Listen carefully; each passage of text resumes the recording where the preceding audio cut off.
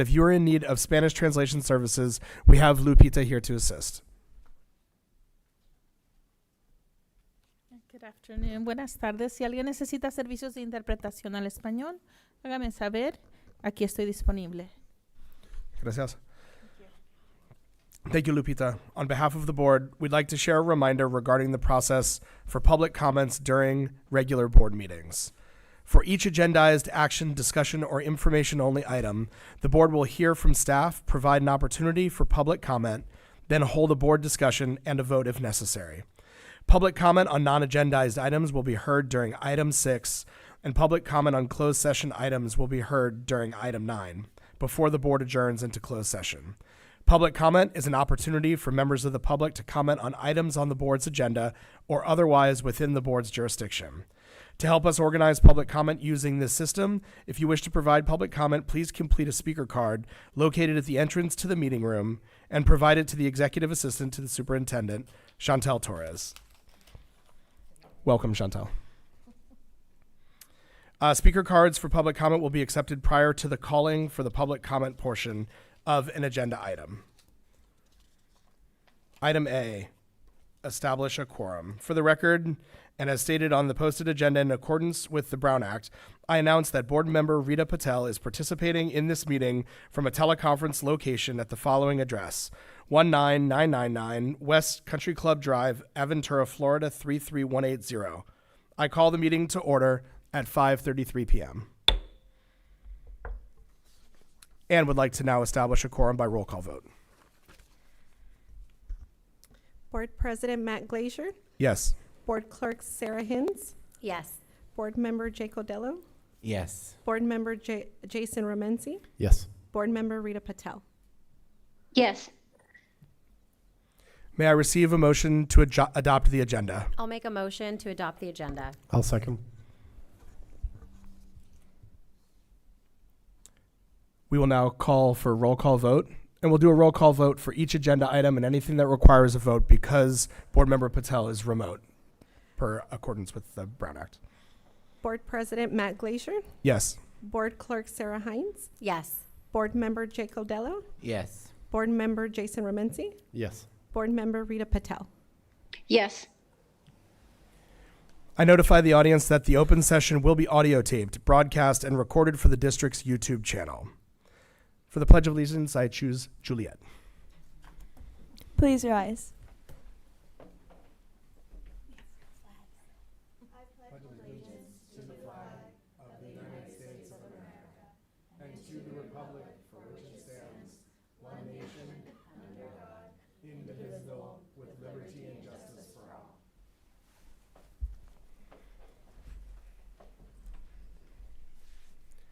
Agenda item 2, routine status updates regarding campus activities. These are routine status updates regarding campus activities, meetings, schedules, and recent developments from our student board representative, our unions ACT and CSEA, and our superintendent. Thank you. We will hear from Juliet. Thank you. Students are back to their busy schedules this week after having last week off for February break. At the high school, spring sports of baseball, softball, boys golf, boys and girls lacrosse, boys tennis, track and field, boys volleyball, and swim and dive have started practicing and competing. Middle school spring sports of tennis, track and field, wrestling, and golf will start next week with tryouts and practices. Tularcitos Elementary is having a reading and no screens week next week to encourage students to turn off their screens and open a book. To promote reading, there will be story nights both at the school and at the Kashagwa Center with entertainment provided by special guest readers.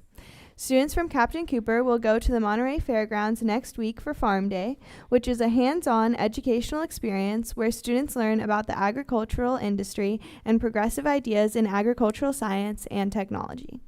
On March 6th, River Elementary is holding an engineering challenge where students of all grades team up in the auditorium and playground and work together to solve a set of engineering and science-related tasks. It will be a fun, collaborative event for both parents and students. Yesterday at Carmelo, the students were treated to a performance by Chinese lion dancers to honor the new year. And tomorrow, Waste Management is going to visit to educate them about recycling. They are bringing a real garbage truck to show the kids.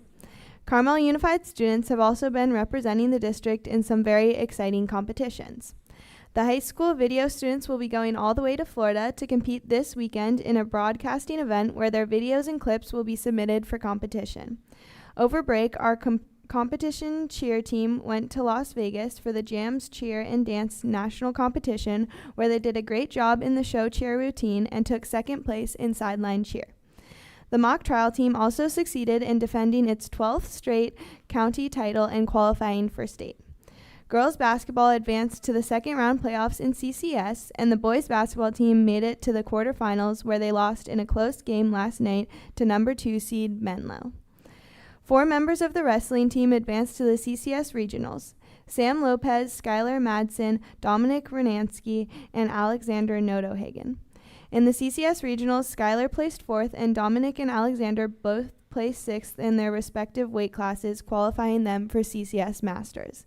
The team traveled to CCS Masters in Watsonville this past Saturday, where Skylar placed 6th.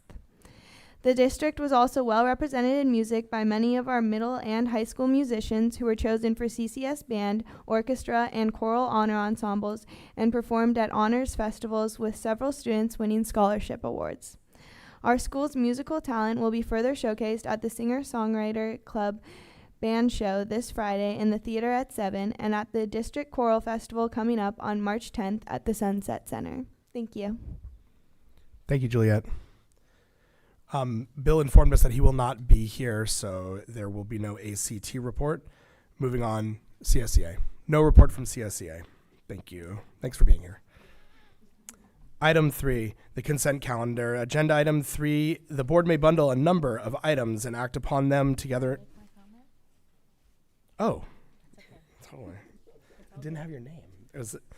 I apologize. It's all good. There's the superintendent report. That's why you're sitting right next to me.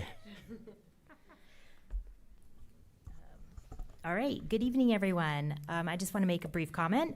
As we return from February break, I hope that everyone had a restful week and is coming back with renewed energy and enthusiasm for the months that come ahead. The next couple months tend to be a little exhausting, I'll say. So I'm very happy that we have this week, and I hope everyone enjoyed it. February break is also the month of February is also Black History Month, and it's very wonderful to visit sites and see the celebrations happening and recognitions happening in our classrooms across the district, full of meaningful learning experiences and activities for our students.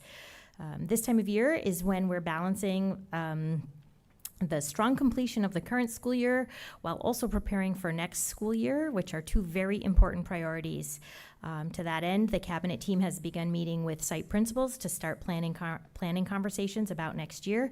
And while we're just getting started on this work, it's an important step in ensuring that we have a smooth completion of this year and a successful transition into next year. I've also had the opportunity to attend a few MCSBA, Monterey County School Boards Association trainings alongside fellow board members since our last meeting, and I truly appreciate the opportunity to learn together with them and continue strengthening our governance work as a team. And finally, as you heard earlier this evening from Juliet, our student athletes continue to compete at very high levels and experience success. And then on top of that, our mock trial team, and I'm happy that I was able to be there for this final trial, but they won the county competition. And we're incredibly proud of all of our students for their hard work and dedication, and we wish them success on their upcoming competitions and look forward to watching them compete and seeing their progress. That's it. Thank you. And that was the superintendent report with Superintendent Sharon Ofek. Now on to agenda item 3, the consent calendar. The board may bundle a number of items and act upon them together in one motion through the use of a consent calendar. Consent agenda items are routine items deemed to be non-controversial for which board discussion is not anticipated, and for which the superintendent recommends approval. There will be no discussion of these items prior to the vote unless any members of the board request specific items to be removed for discussion. As noted on the agenda, there was a revision on item 3J due to this item inadvertently indicating it as informational. The board will now open public comment on the consent agenda. Hearing none, may I receive a motion to approve item Can- 3? Can I pull item B, please? Yes. I'll make a motion to approve the consent calendar with the removal of item B. I'll second. Board President Matt Glazer, Yes. Board Clerk Sarah Hines, Yes. Board Member Jake Odello, Yes. Board Member Jason Romenzi, Yes. Board Member Rita Patel. Yes. Thank you. Item 4, action and discussion items. Pulling from the consent agenda, item 4A will be Career Technical Education District Advisory Committee appointment. Jake. Thank you very much. I want to acknowledge that this is the first time the district has convened a district-level CTE advisory committee, and I appreciate the information provided regarding alignment with CTE guidance, the application interview process, and the intent to ensure representation across existing CTE pathways and regional workforce sectors. I want it to be very clear that I'm fully supportive of this committee and would strongly encourage my colleagues to support it as well, not only tonight, but also hope the board can offer our collective support, including our individual connections, to help strengthen and expand local industry participation over time. This committee represents a strong step forward and is a testament to the progress district leadership has made in advancing career technical education at CUSD. Drawing on my own experience with similar advisory bodies, I would offer an observation for consideration. Committees like this are often most successful when they include intentional, targeted outreach to recruit the right industry partners rather than relying solely on a passive application process.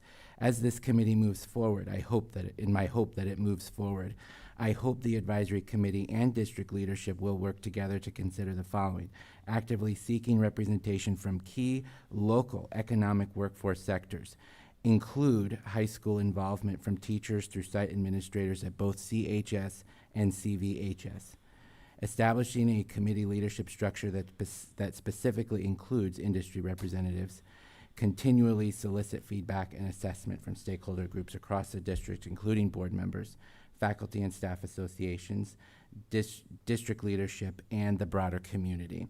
So I am fully in support of this and hope my colleagues will be supportive of this, not only this evening, but also helping to expand and draw further and make this as successful as it is. Thank you very much.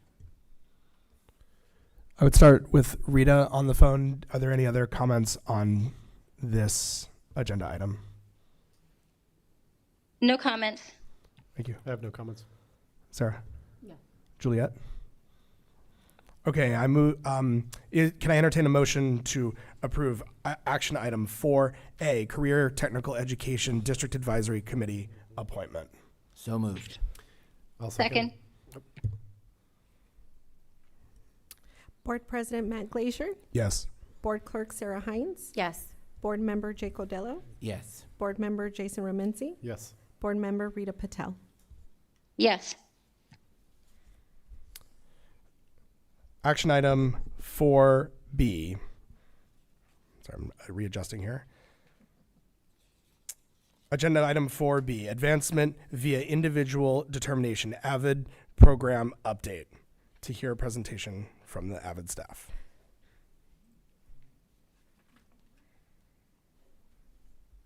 As they approach, I would just like to welcome our presenters this evening, which are 3 teachers, Mark Stafford, Aubrey Powers, and Bridget Randazzo, along with a student who will also be sharing their own experience here this evening. So thank you for taking time out of your busy schedules to prepare for this presentation and also for being here to present to us. We very much appreciate it. Sure. I'll just do a little introduction myself. I'm Aubrey Powers. I'm in my 20th year of teaching AVID at Carmel High School and my 7th graduating class that I've been able to walk with them through their journey. And I guess we should do introductions and then go through it. Sure. I'm Mark Stafford. This is I think my 14th year of AVID, and I've seen 4 graduating classes. And I'm Bridget Randazzo. I think I've been at 15 years, maybe one. It's been a long time. I started out as a Spanish teacher, now AVID and support, and it is my passion. I love it. So I'm very excited to be here.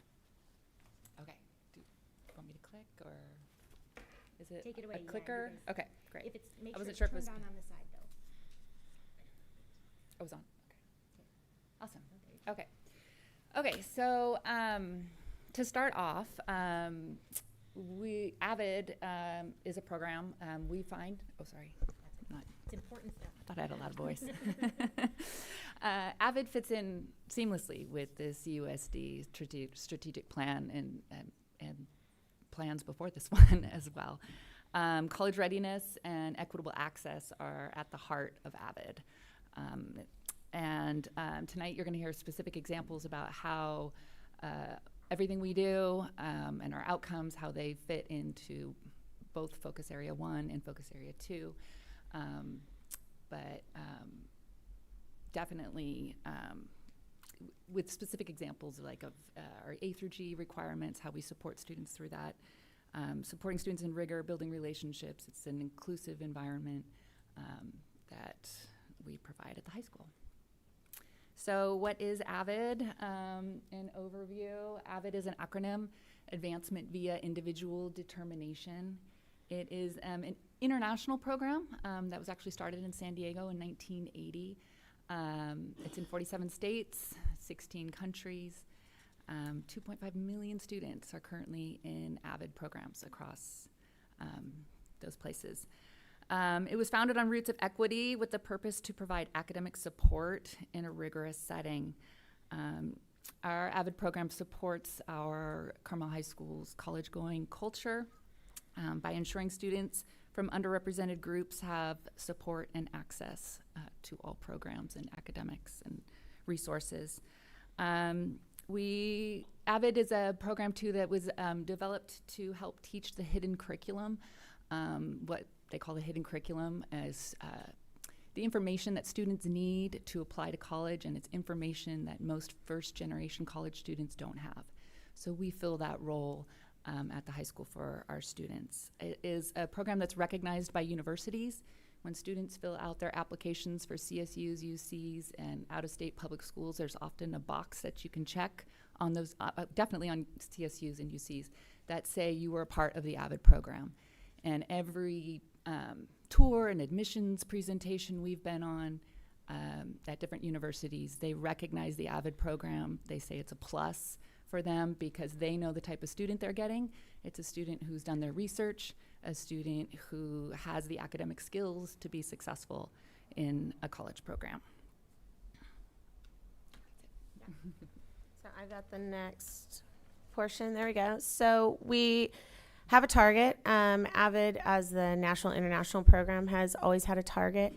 And then in their most recent past, they have allowed schools to kind of look at their local definition.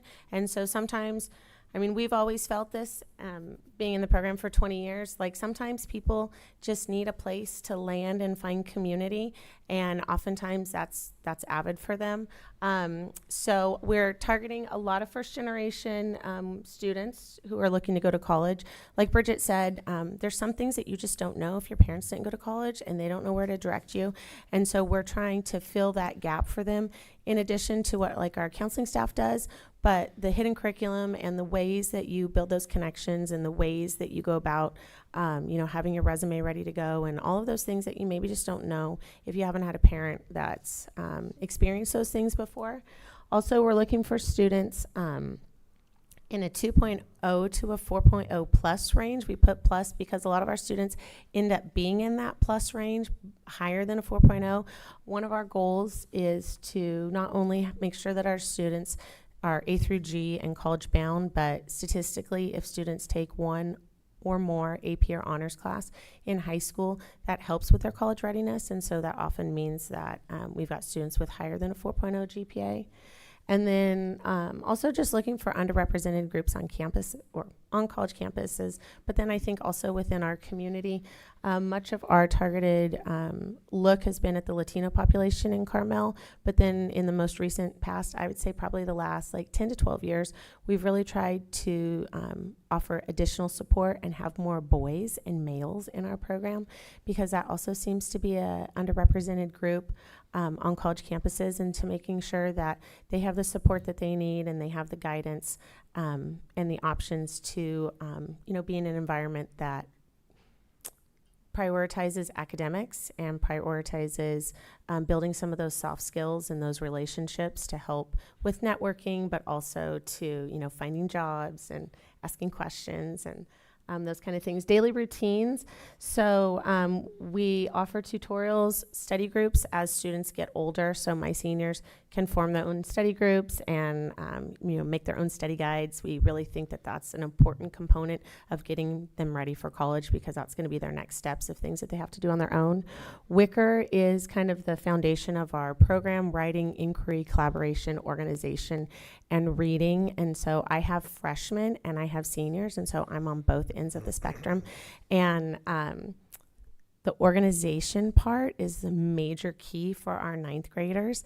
And it's really hard to be successful when you're disorganized. And so that is a major focus. A lot of time management, a lot of organization. College and career research. We start those college conversations in ninth grade. We start doing a ton of vocabulary. And so by the time that those counselors are pushing in their sophomore and junior year, usually our AVID kids are way above like their understanding, and they know the vocab, and so they're right there with their peers if that's something that's not talked about in their house. And then our sophomore year is also dedicated to a career research program with Road Trip Nation. Relationship building, I would say, is probably one of the reasons that Bridget and Mark and I like AVID the most. It's we've gotten to go to weddings and to graduations and babies and all the things from having known kids and watching them grow up. Whew, I get a little emotional. Jake, I think, graduated in 2009.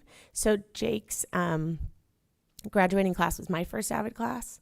And so that was a really special time to start with them when they were freshmen and finish with them. Like Bridget said, communication, the soft skills, handshakes and resume building and being ready for an interview, and how do you present yourself, and all those things that just help you feel more confident in what you already know. Like, all of those things are a daily habit, and being promoted at every grade level within AVID. And then Celine can address more of like the scholarship applications and the college applications. And then what we're looking for. So initially when I started with AVID, the program was go, go, go, college, college, college. And just like the rest of us and the rest of the world, that we've come to have a better understanding is that we want, the biggest success for us is to help kids find what their best path is. And so whether that is a 2-year school or a 4-year school, whether that's enlisting in the military, whether that's looking for a program that's a trade school or a certificated program, we really want to support our students in finding what's the best fit for them. We always say that A through G, because it's a graduation requirement, and AVID has always been A through G, so that when the Carmel School Board came on board with that being our graduation requirement, that really helped embolden what our goal was. But A through G is still going to give you that option to go to a 4-year school, but it's also going to give you choices. And so if you make the choice to go do something else, you still have reached like the pinnacle goal of having all those things that you can put your 4-year applications in. And then, like I said, the development of skills and confidence is really at the foundation and bedrock of what we're doing. Some data. Who doesn't love data? So each year we are like tracking our students in a good way, just trying to see where we're at. As you can see, we are still struggling. Our ratio to boys to girls is not even. I think you'd also see in most college campuses, it's also not even. And so we continue to try to close that gap. Taking AVID as a 10th grader for a myriad of reasons continues to be a challenge for our students. I think that there's lots of reasons for it. One, in that they get to have like some choice in their sophomore year. They also get to choose some CTE programs. Also, AVID is an elective, and so their elective offerings at Carmel High School are vast. And our numbers at about where we are at about 70 students, that is pretty comparable to where we've been for a long, long time in the AVID program, hitting at about that 8 to 10% of our student population. Another thing to point out, one of the things that we talked about are courses of rigor. Avid, we track our students in terms of taking 2 or more CTE courses, taking dual enrollment courses, and also taking AP and honors courses. And while I'm talking to my freshmen of like, they might not be in an honors or an AP course right now, like that's really our goal. Like we want them to have one under their belt by the time they're graduating from high school. And so you can see we're pretty happy with the trajectory that our students are taking, because as a freshman, our AP enrollment, there's only one AP class that you can take. And so if you're one of those 4 freshmen that's in AP Hug, then we're hoping that that's going to build, that they're going to be taking a dual enrollment course by the time they're a junior, and at least taking 1 AP again by the time they're a senior. So that's pretty good. We feel pretty confident that we're meeting our groups with that. And then another moment to point out, we have 19 students in their 3rd to 4th year of Avid. And so trying to hold on to our kids and hold on sounds crazy, but trying to help them like finish the program. Like students have the most success, and we can really offer the most benefits to them the longer, like with anything, the longer they're in the program, like then we're hoping that they're going to get the most out of it. And then Mark has some more. So who we are, the AVID program, we have a real emphasis on communication and developing relationships. And through this, in developing a family-like atmosphere within our class, we loop with our students. So Ms. Powers has all the freshmen, and then the 3 of us, rotate through another group. So we have our students for at least 3 years. Ms. Powers sometimes has one group for 4 years. And so through that time, we're able to really get to know our students really well, develop those relationships, and build traditions. And so part of that, we have a lot of family-like traditions. We really celebrate birthdays, and we teach our students how to give appreciations for one another and celebrate them. Our senior year, we have a big project where they have to give a toast to someone else in the class, and it's a big deal. We make a really big deal about it. We offer a lot of support when students are going through difficult times. Oftentimes our students come within our AVID class to get that support when they are experiencing something outside of school. And the learning how to express gratitude, we do that a lot in class, and just giving thanks for all the support and things that we've received, and celebrating one another. So that's the family piece of AVID. I want to talk about one of the highlights of the program for the kids oftentimes is our college trips. So we do a lot of college trips. We have one coming up in a week and a half, I think, March 10th through 12th. We'll be going to Cal Poly San Luis Obispo, UCLA, Pepperdine, Long Beach, and Santa Barbara, 5 schools. And we've become kind of experts at this because it's impossible to set up group tours on a schedule to keep you moving like that. So we kind of tap into our lifelong connections, and we have kids at every campus that show us around, or, colleagues, former colleagues, people. We're connected to all the college campuses at this point. So I think we have, 5 people at Cal Poly waiting to break us into little groups and walk us around campus. And what's really great about that is they're Carmel High grads, so they can speak to that transition from Carmel High to, in this case, Cal Poly, but other campuses as well. So the college trips, usually freshman and sophomore year, we don't do overnight trips with the kids because we're not crazy. But we will take them on 2 or 3 day trips, where a lot of times we'll take a bus and we'll go try and see as many schools as we can. Junior year, sometimes sophomores will go on the overnight trip. I know there's some of Bridget's sophomores this year that are crossing their fingers that some of my kids can't go because I have juniors, and we have 21 juniors. And if you know how many seats there are in a van, that's 3 perfect vans. So my juniors are planning on going on that trip, but I know there's some sophomores that want to go as well. So we'll take them on day trips for sure, freshman and sophomore year, and then we'll do an overnight trip in the fall for the seniors and an overnight trip in the spring for the juniors. And so everybody gets 2 shots at overnight trips if they're in the program for the whole time. That's one area where we felt really supported.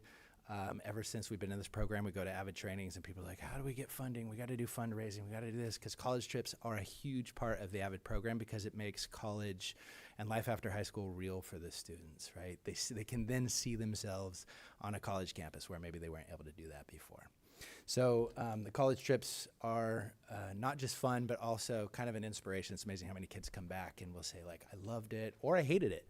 And that's important as well. Like, I didn't like that campus, and now I know what kind of school I don't want to go to. Am I supposed to talk? So, okay, go ahead. Am I, yeah. You want to do yours? Yeah, do you want to go? Well, I think I'm supposed to be on the next, go back one. Yeah, I think I already talked about this a little bit, but the lifelong connection.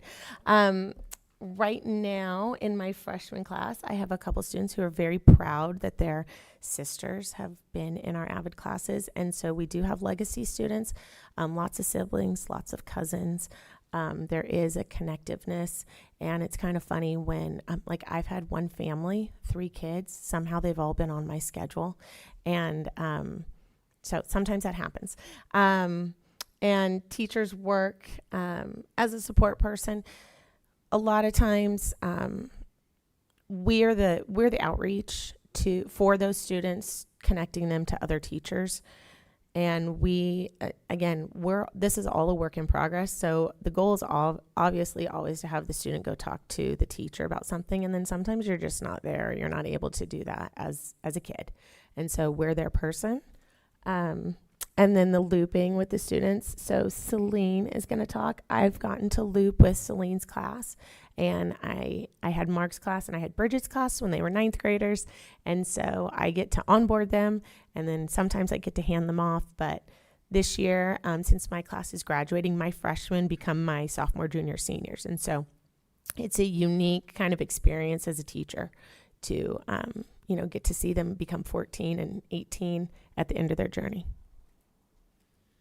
So we don't need to talk about each of these students, but these were some of our graduates that we contacted and said, hey, can we brag about you at the board meeting? And they were like, yeah, of course.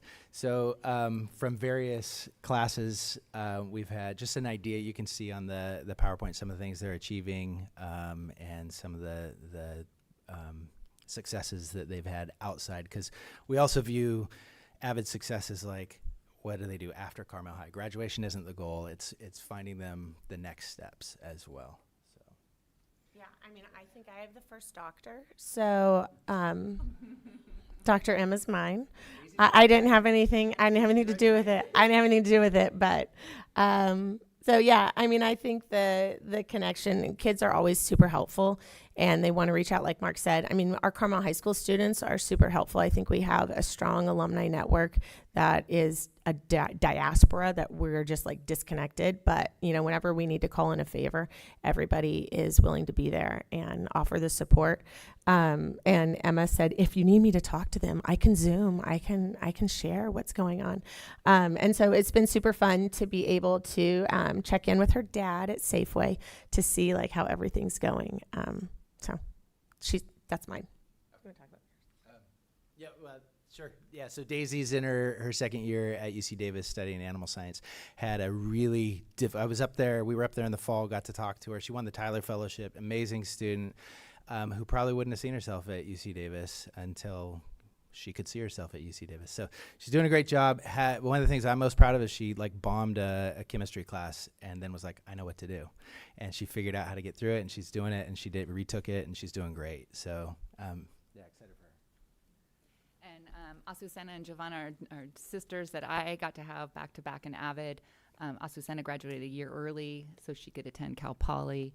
She was an AP Calc tutor in AVID, and Giovanna started a tutoring program out in Kashawa during COVID because she saw her community members needing a place to be connected to academics as well.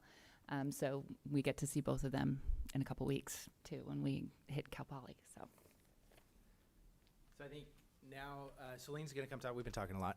So let's let Celine talk a little bit about her. Hi. I've been in the AVID program for 4 years. Lower? Okay. I've been in the AVID program for 4 years. When my parents heard about it in 8th grade, they were like, Celine, you have to join because we don't know anything about high school in the United States. I'm the first of my family to attend high school in the United States. My parents are immigrants from Turkey, and my mother did postgrad at George Washington, but my dad got his degree overseas, so this was a really big deal for us. Most of the time, the things that I were learning, they were learning along the way with me. Things like Miss Powers mentioned college vocabulary, learning about AP classes and what those credits can do for you, or honors classes and your GPA, or just about little details that I wouldn't have been privy to had I not been in AVID, or that my parents wouldn't have been privy to if we hadn't been in AVID. So let's start there. So I learned with AVID academic and life skill preparation. When I started out at Carmel High my freshman year, I wasn't exactly aware of all the classes and the scope of opportunities that were available to me. I regretted my sophomore year not taking the AP class that was offered, AP Hug, which I wish I did. But AVID helped me see that those opportunities were there. So then my sophomore year, I was able to take AP World History, which I had a lot of fun with. And I wouldn't have known that I could do it if it were not for Ms. Powers, who helped me out a lot. As for life skills, AVID helped me out with reaching out when I wanted to get my first job. I work at Cornucopia Community Market, and Ms. Powers helped me draft my resume. And I walked in there and I said, I'd like to apply, and I gave them my resume, just like she taught me how. And I found myself at that job, and I was really happy after the interview when I was able to nail everything. Mr. Stafford was talking about the college tour trips, and I went to quite a few of those day trips as well as overnight trips. When we went to Cal Poly, I was able to see for example, when we went to Cal Poly, I was able to see the type of campus that I liked. Really nice. It was amazing. It is. Are you a grad? Congratulations. The first school that we ever toured was Santa Clara University, and I was beyond amazed. I'm actually committed there right now. I committed last month. Yay, go Broncos. But I wouldn't have really known about Santa Clara my freshman year had I not been on the trip and been able to learn about the school and the campus and see everything for myself and be able to envision myself there as a student at Santa Clara. So that's what the college tour trips did for me. It helped me gauge what I wanted and what I wanted to see myself do at a college. As for connections, my favorite class of the day is AVID because of my peers and my friends. Ms. Randazzo was talking, we were talking about how the students in AVID, they all come from different cliques or backgrounds or like friend groups, but when we get to AVID, it's just our AVID class, our AVID family. And Ms. Powers sometimes addresses us as family, let's do this, or team. She uses team a lot. It's kind of what it feels like. We celebrate each other. We talk about college and scholarships, and we do birthdays a lot. She hands out like index cards, and we all write notes to each other, and then we read them out. And it's great to feel like you have that community. So as for opportunities, knowing about what opportunities there are extracurricular-wise, I was able to spend 2 weeks at Cal Poly over the summer because Ms. Randazzo and Ms. Powers helped me look at an email invitation that I got and helped me make decisions about that. I was also able to apply for an internship with Ms. Hines, and that was a lot of fun.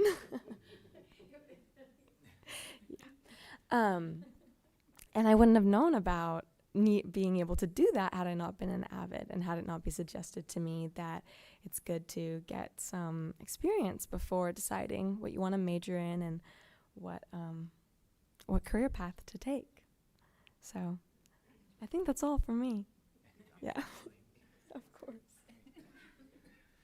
So just to wrap up just some of our successes in some of the areas where we've had challenges over the year. First of all, I think hopefully what you've heard is like one of our successes is relationships. It's a relational program, especially when you get to loop with kids, meaning all these years that we get to spend with the individual students. We also get to know, like Celine was saying, I've had experiences with Celine. I've never been her teacher, right? Ms. Randazzo's had experiences with Celine. She's never been her teacher. So it is a team, an AVID team on the campus as well. So some of our successes are those kind of relationships that we've been able to build. Bridget probably knows the number, but we help them apply for a lot of scholarships, and it's really impressive the amount of money that they qualify for that has come out of just kind of our learning about how to help kids apply for scholarships and find that money. And then one of the things that's been a huge add to our program has been the First Generation Counselor, has helped us to try and better connect with our student population. That's been helpful to have meetings with our First Generation Counselor. Some of the stuff that's constantly difficult for us is getting tutors. So typically you're supposed to have tutors, which are college-age students that can come in, not just share about their experiences, but also help kids in the Socratic process in their study groups. It's really difficult for us to navigate the hiring process and finding kids from, we used to get them at CSUMB and get them out here, and that's just been a real challenge for us. So we can talk more about that. We'd like to talk more about that and how to make that happen. Another challenge for us is meeting time. Sometimes we have common prep, sometimes we don't. So that's one of the things that we have a hard time doing. These tutorials, though, like are constantly, and having kind of conversations across the grade levels is a challenge for us as a team at this school. Also, district-wide messaging. Sometimes I don't know that we do a good job of putting our AVID program out there, because AVID is an international program, so it has an international, and there's a presence out there, but our program is unique, right? We have a lot of local control over our program, and so that's an area where we think we could do a little bit better as well. I think that's it. I think we just would like to conclude by saying thank you to the district for the support for many, many years. Aubrey, it's 20 years of her. I did a brief break where I didn't teach it for about 4 or 5 years, and as soon as there was an opportunity to come back, I did. So just thank you for your support, and we're happy to answer any questions if you have them. Were there any requests for public comment? Okay, so hearing that we do not have any requests for public comment, I will now open it up to board discussion. I could start with Rita on the phone, and then we'll come into the room. Hi, I actually have no questions, but I wanted to just express my gratitude and thank you so much for coming to the board meeting to do this presentation. It's always nice to hear how programs are working, the successes and the stories that you just shared today and the examples. I'm really proud of this program, and I'm really just appreciative of all the hard work that you guys do. I've, all 4 of my kids went to school there, so I've seen the dedication and just the care that goes into with this program. And I just really appreciate it, and I'm just so happy that it's successful, and I'm really grateful to have teachers and staff like you guys to offer this program to our students. Thank you. Thank you, Rita. I'd like to speak, but I'd like you to come to the podium, and Salim as well, please.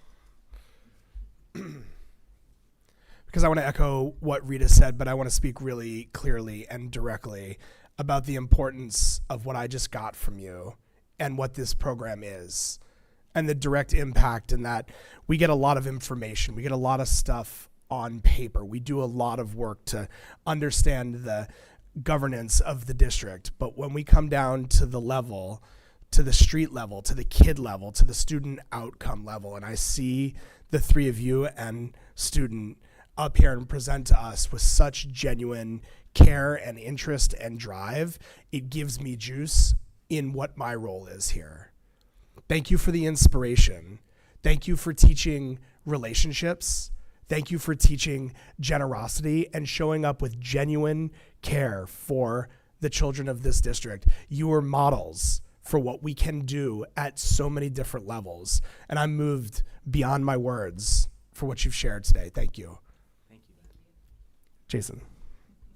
That's hard to follow up. Each of your individual passions and pride in the program really show, and I think it shows another time that Carmel Unified really is above and beyond what expectations are in public education across the country. And I thank you guys all for what you're doing. I have no questions about the program. Thanks for coming tonight. Jake. I'm available for the Cal Poly trip. I would, I don't know if you would want me to drive a van, but, I'm, be happy to go and have some fun because it's a good place. And I'm glad you mentioned Cal Poly because I saw in here Chico pictures and we all can't. Well, I gotta rep Chico too. Yeah, we can't give all the attention to Chico.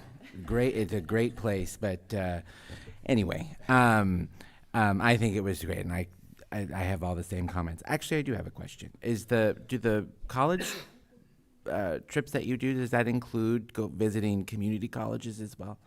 Yeah, so the community colleges that we typically go see, MPC and a lot of times Santa Barbara City College, and if there's ever a particular interest, we'll jump into, like, I don't think we've gone to Butte, but like Butte College if we go up to Chico or a community college in the Bay Area, yeah, so. Go ahead. Yeah, we've Oh, that's gone right, we've too. gone to Mesa and we've gone to Santa Monica City College, and I've actually took students. One time I had students really interested in automotives, and so we toured Universal Technical Institute in Sacramento. And we also did Sacramento City College. I took a group of students. I had several students who were interested in cosmetology, so we went and checked out the cosmetology program at Gavilan Community College. So yeah, we've done some vocational and community college. And Miss Kincaid is really good. Sorry, I should probably mic it. Miss Kincaid is really great in the College and Career Center with having anytime the NPC people or any time that something's being offered, because they've been doing more like field trips for particular programs. She really connects, especially with any of us that have juniors or seniors, to make sure that everybody, all of my kids and whoever has those kids, are on board to make sure that they have all the information if they choose to attend.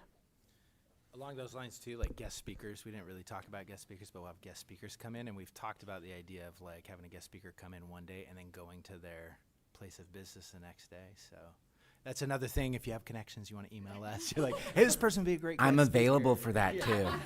And I'm sure, and that would be really fun to do. And then I'm sure if you guys need some comparisons between Cal Poly and Chico, Trustee Hines and I will come in and we will share our experiences. Thank you, Jake. Sarah. All right, thank you for such an impressive presentation. And Mark, I couldn't agree with you more that you guys have a serious marketing problem. There are so many of us that I think when we hear about Avid, and we hear great things about it, right? But we really hear, oh, if you're an Avid, you get to go on college tours, right? And I think what's missing, there's so much missing from that. What you guys are doing is exceptional, and all of the life lessons and all of the communication pieces and all of the community building and the familial building that you're doing with these students is incredible. And I hope after this presentation your numbers for Avid skyrocket because what you're doing is fantastic, and it really is truly so much more than college campus visits. I am super excited to hear that you do go to the vocational schools and the community colleges. I think that's also not out there as well, because I know students now more and more are looking at two-year schools or vocational schools. So I can't echo everybody's sentiments enough, just what a powerful presentation this was. And I'm over the moon impressed, and like Matt said, just super excited about what you all are doing. So thank you for your time this evening. And Celine, you did amazing. Thank you. Thank you, Sarah. Juliet? Yeah, so a few meetings back, we actually talked about the California dashboard and college and career readiness, and our score was blue, so the highest score a school or a district can have. And I think that AVID is definitely a huge factor in that, because even students who aren't in AVID, they learn from the students who are in AVID about what to do with college and just different experiences. And I think, Celine, your presentation was amazing because it really shows, like, as one student, how much AVID can do for a student in 4 years, and all of your different experiences, getting the internship and your job and getting committed to school. I think it all really it showed exactly what AVID does for students and how powerful it is for them. So thank you. This was an information-only item. The board takes no action. Thank you so much for your presentation. Thank you for being here this evening. Moving on to agenda item 4C, Facilities Master Plan Funding Options, the General Obligation Bond presentation. Starting with Yvonne Perez. Thank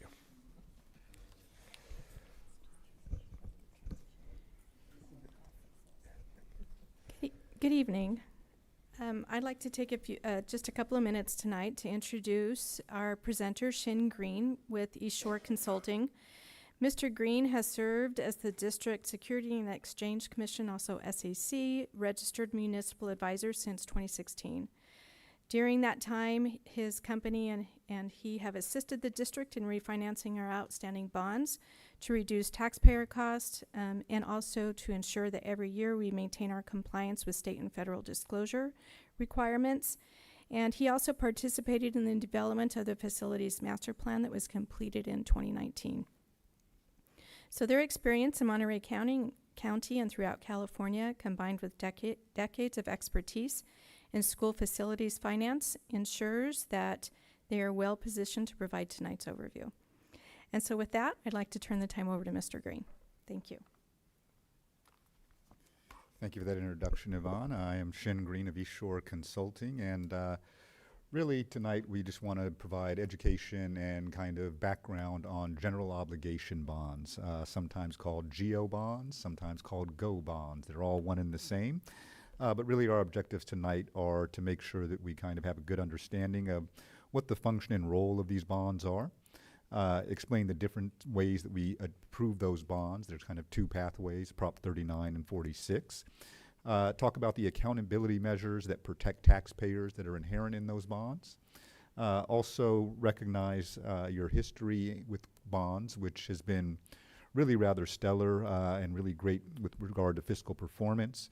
And then also identify some key considerations for the design and implementation of a future bond program if it's ever merited. Really understanding the bond election process and timeline as well. So this is kind of a background on bonds. If there are questions, always feel free to raise a hand. I'm happy to answer them as we go through. But let me just kind of start off with ourselves. East Shore Consulting, we are an SEC registered municipal advisor. If you're curious, we fall under the Series 50 rubrics of that regulatory regime. We have very, very extensive experience in Monterey County and along the Central Coast, actually working on a measure with a district in the county not too far from you guys as well. Things that we do, we provide bond program design and financial planning, as well as debt portfolio management, take care of those refinancings as mentioned, deal with annual compliance requirements for outstanding bonds. They are public securities, and so we have annual stuff we have to do under SEC rules. And also community outreach and support, making sure that we have the story told about what's going on with your bonds, making sure it's clear and transparent for your communities. Again, we are registered, go through the whole testing rubric and maintenance of our certifications through the SEC. And one thing I do want to highlight about the municipal advisory role is that we are a fiduciary to our clients. It's very explicitly in our rubrics and our regulations that we must put your goals over other goals. So we're never hired by an underwriting bank. We're never hired by any of the other participants. We work directly for you, and our role really is to provide advice to the district that is specific to your needs, not to the desires of some other parties that may want to see something done somewhere else. We're focused really on what you require for your debt and bond requirements. like to focus on fiscally responsible solutions. I spent a little bit of time on the other side of the table in the finance department of a city up in the Sacramento area for a number of years, and so I know what it's like to be the issuer. I know what it's like to have the taxpayer call. In fact, my personal number at the city hall was the taxpayer call line, so I have a lot of experience with angry, curmudgeon-y taxpayers and explaining to them kind of what it is, why it is, and how it is. And also really focus on fiscally responsible solutions, and we've been doing this for a number of decades now. I left the city in 2005, and so my first issues were back in 2000. Actually go back to right around when Prop 39 that we're going to talk about kind of became the norm for schools. So what is this general obligation bond, sometimes called again a GO bond or a GO bond? It is a form of borrowing. We are issuing debt used by school districts to fund capital improvements and facility improvements. And that's a very, very key distinction. These bonds only are utilized for those purposes. They're not operational funding or things of that nature. They are strictly precluded or strictly limited to the use for facility purposes. And similar to a home mortgage, the idea behind a bond is we issue this bond to receive money up front that will be repaid by the tax base over multiple years. That allows us to spread out the cost over time, better aligning with those that use the schools, right? A school usually will last 25, 30 years before it needs some sort of heavy maintenance or modernization, and we typically have bonds of around that same duration. We also like to avoid impacting daily operations with these bonds. That doesn't mean that there isn't headaches from having to do projects, but what it does mean is that your general fund dollars are not required for these bonds. So it's strictly a tax-based measure, meaning that you never have to write a check from the general fund or erode the operational dollars for the purpose of repaying these bonds. Key characteristics are, like anything that involves a tax in California, you must have voter approval, and it is secured by property taxes. And it's done with a uniform property tax rate on all assessed value. I'd like you to keep that term in your mind, assessed value or AV. We'll be coming back to that a few times, and we'll give you a little more in-depth explanation of what that is. Again, they are used exclusively for capital projects. They cannot fund operations, cannot fund salaries, and typically 20 to 30-year repayment term. Legally, you can go a little bit beyond that, but really that rarely, if ever, happens. And so typically most bonds issued are a 20 or 30-year kind of term. So how does a school bond work? Really, I could come here and tell you, hey, here are the numbers and here's how much you can. That's not what I think a school bond really works to do. I think a school bond works to achieve facility vision and facility goals, and that's why we start out first and foremost with vision and planning. You're in the throes of that process right now with updating facility project plans and things of that nature.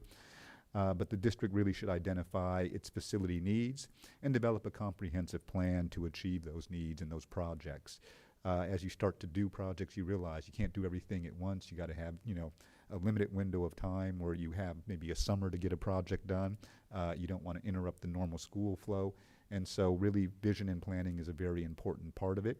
The second important part becomes getting a good handle on the cost, the budget for the actual projects themselves.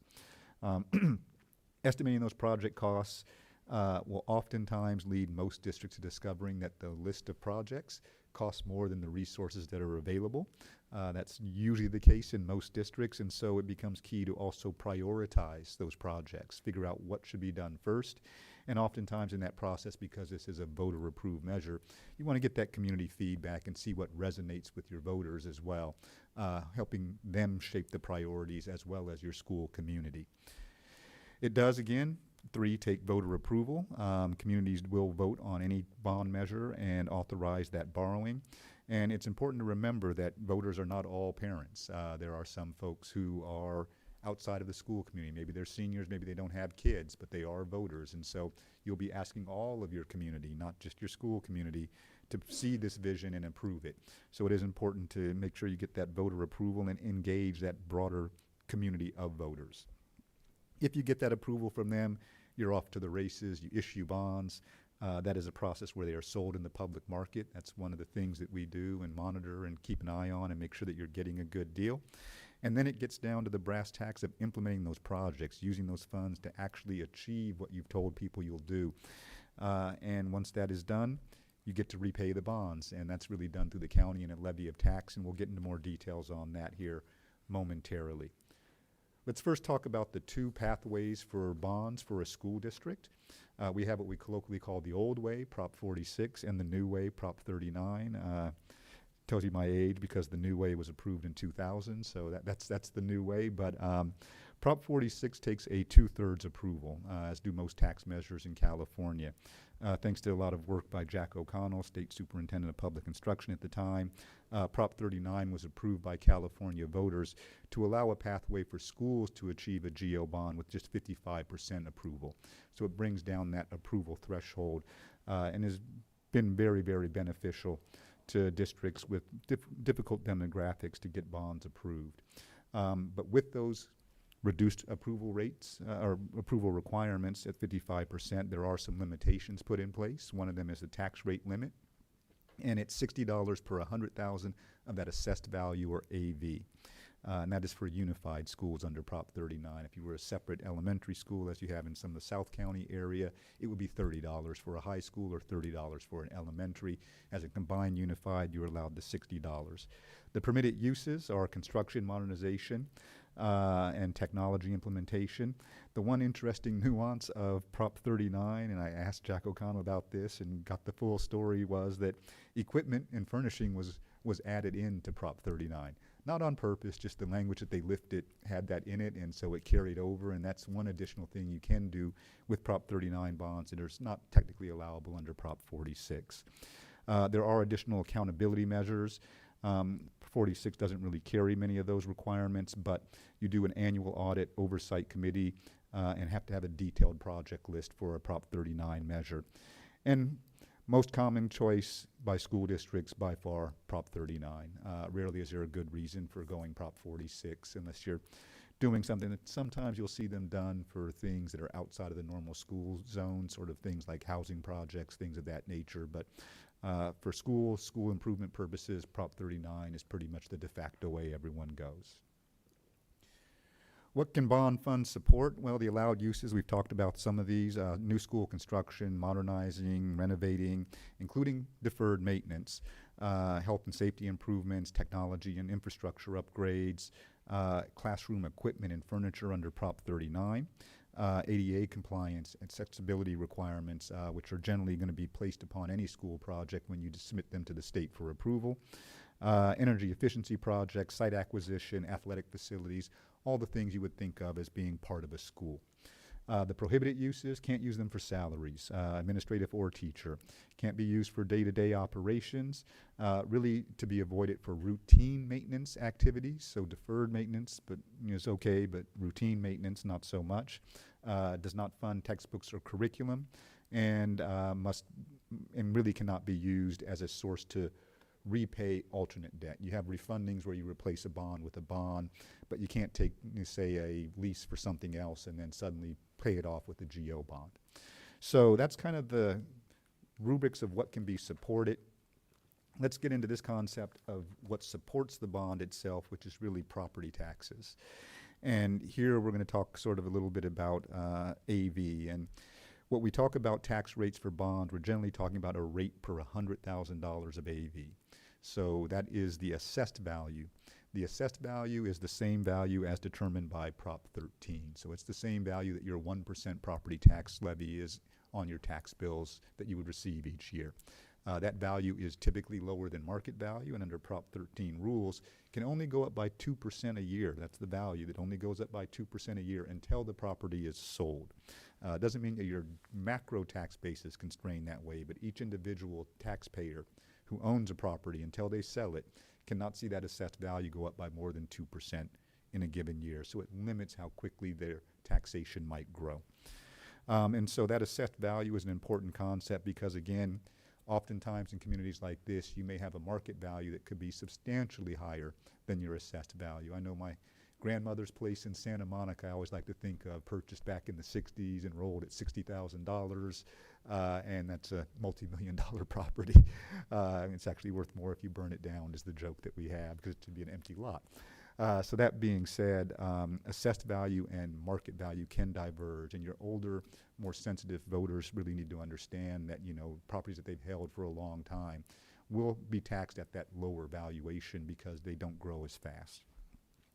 So for example, let's just take a theoretical example here. If we had a $2 million home value and a $40 tax rate per 100,000, that would equate to $800 a year in property taxes for that $2 million home.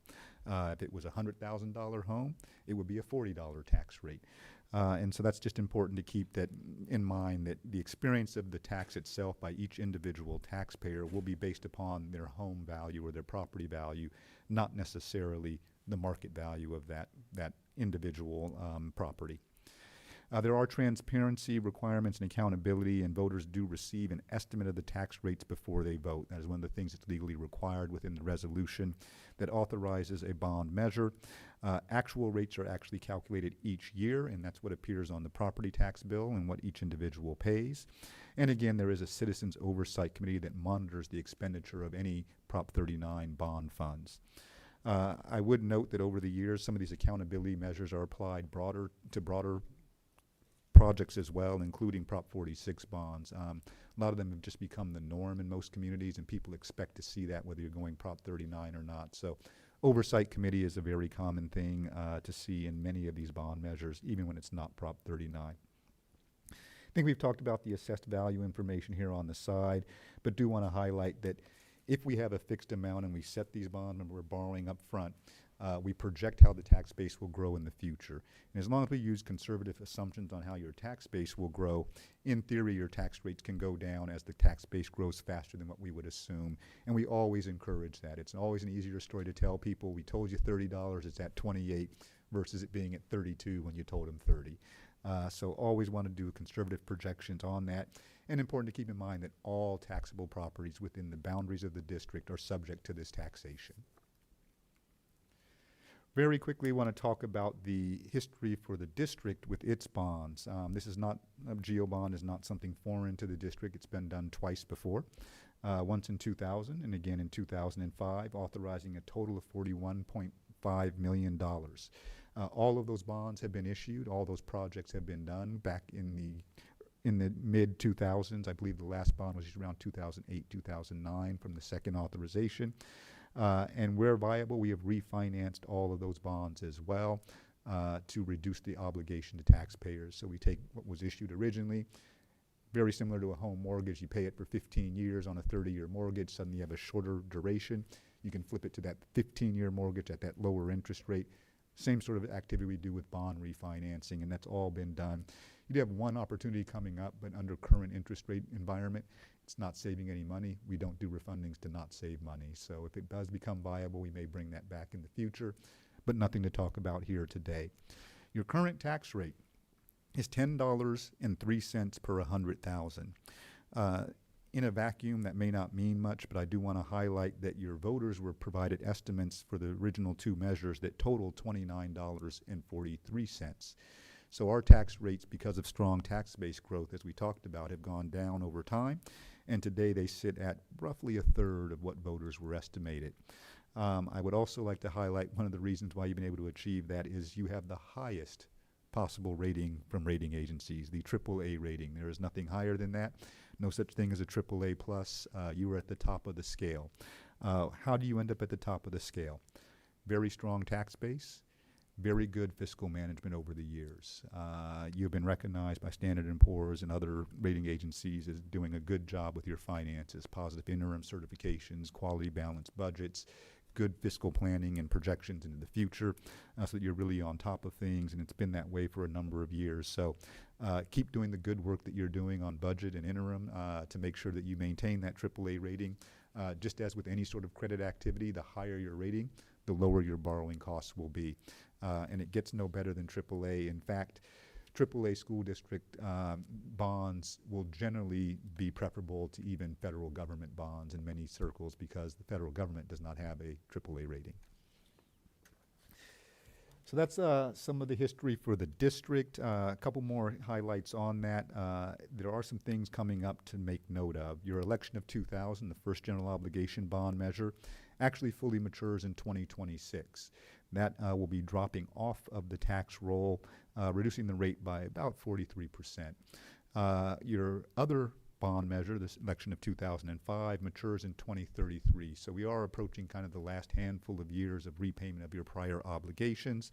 The remaining repayment ratio, given the vintage of your bonds, is pretty normal at about a little over 2 to 1.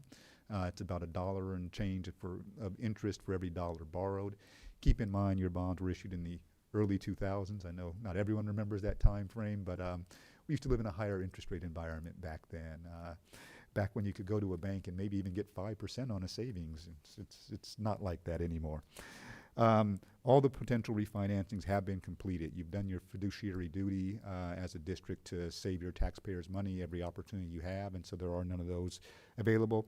And based upon historical kind of norms for your tax base growing and what the assumptions are, we project that we will be at a $7.25 kind of tax rate after that election of 2000 matures. So the bond tax rates will continue to meander down over the next few years.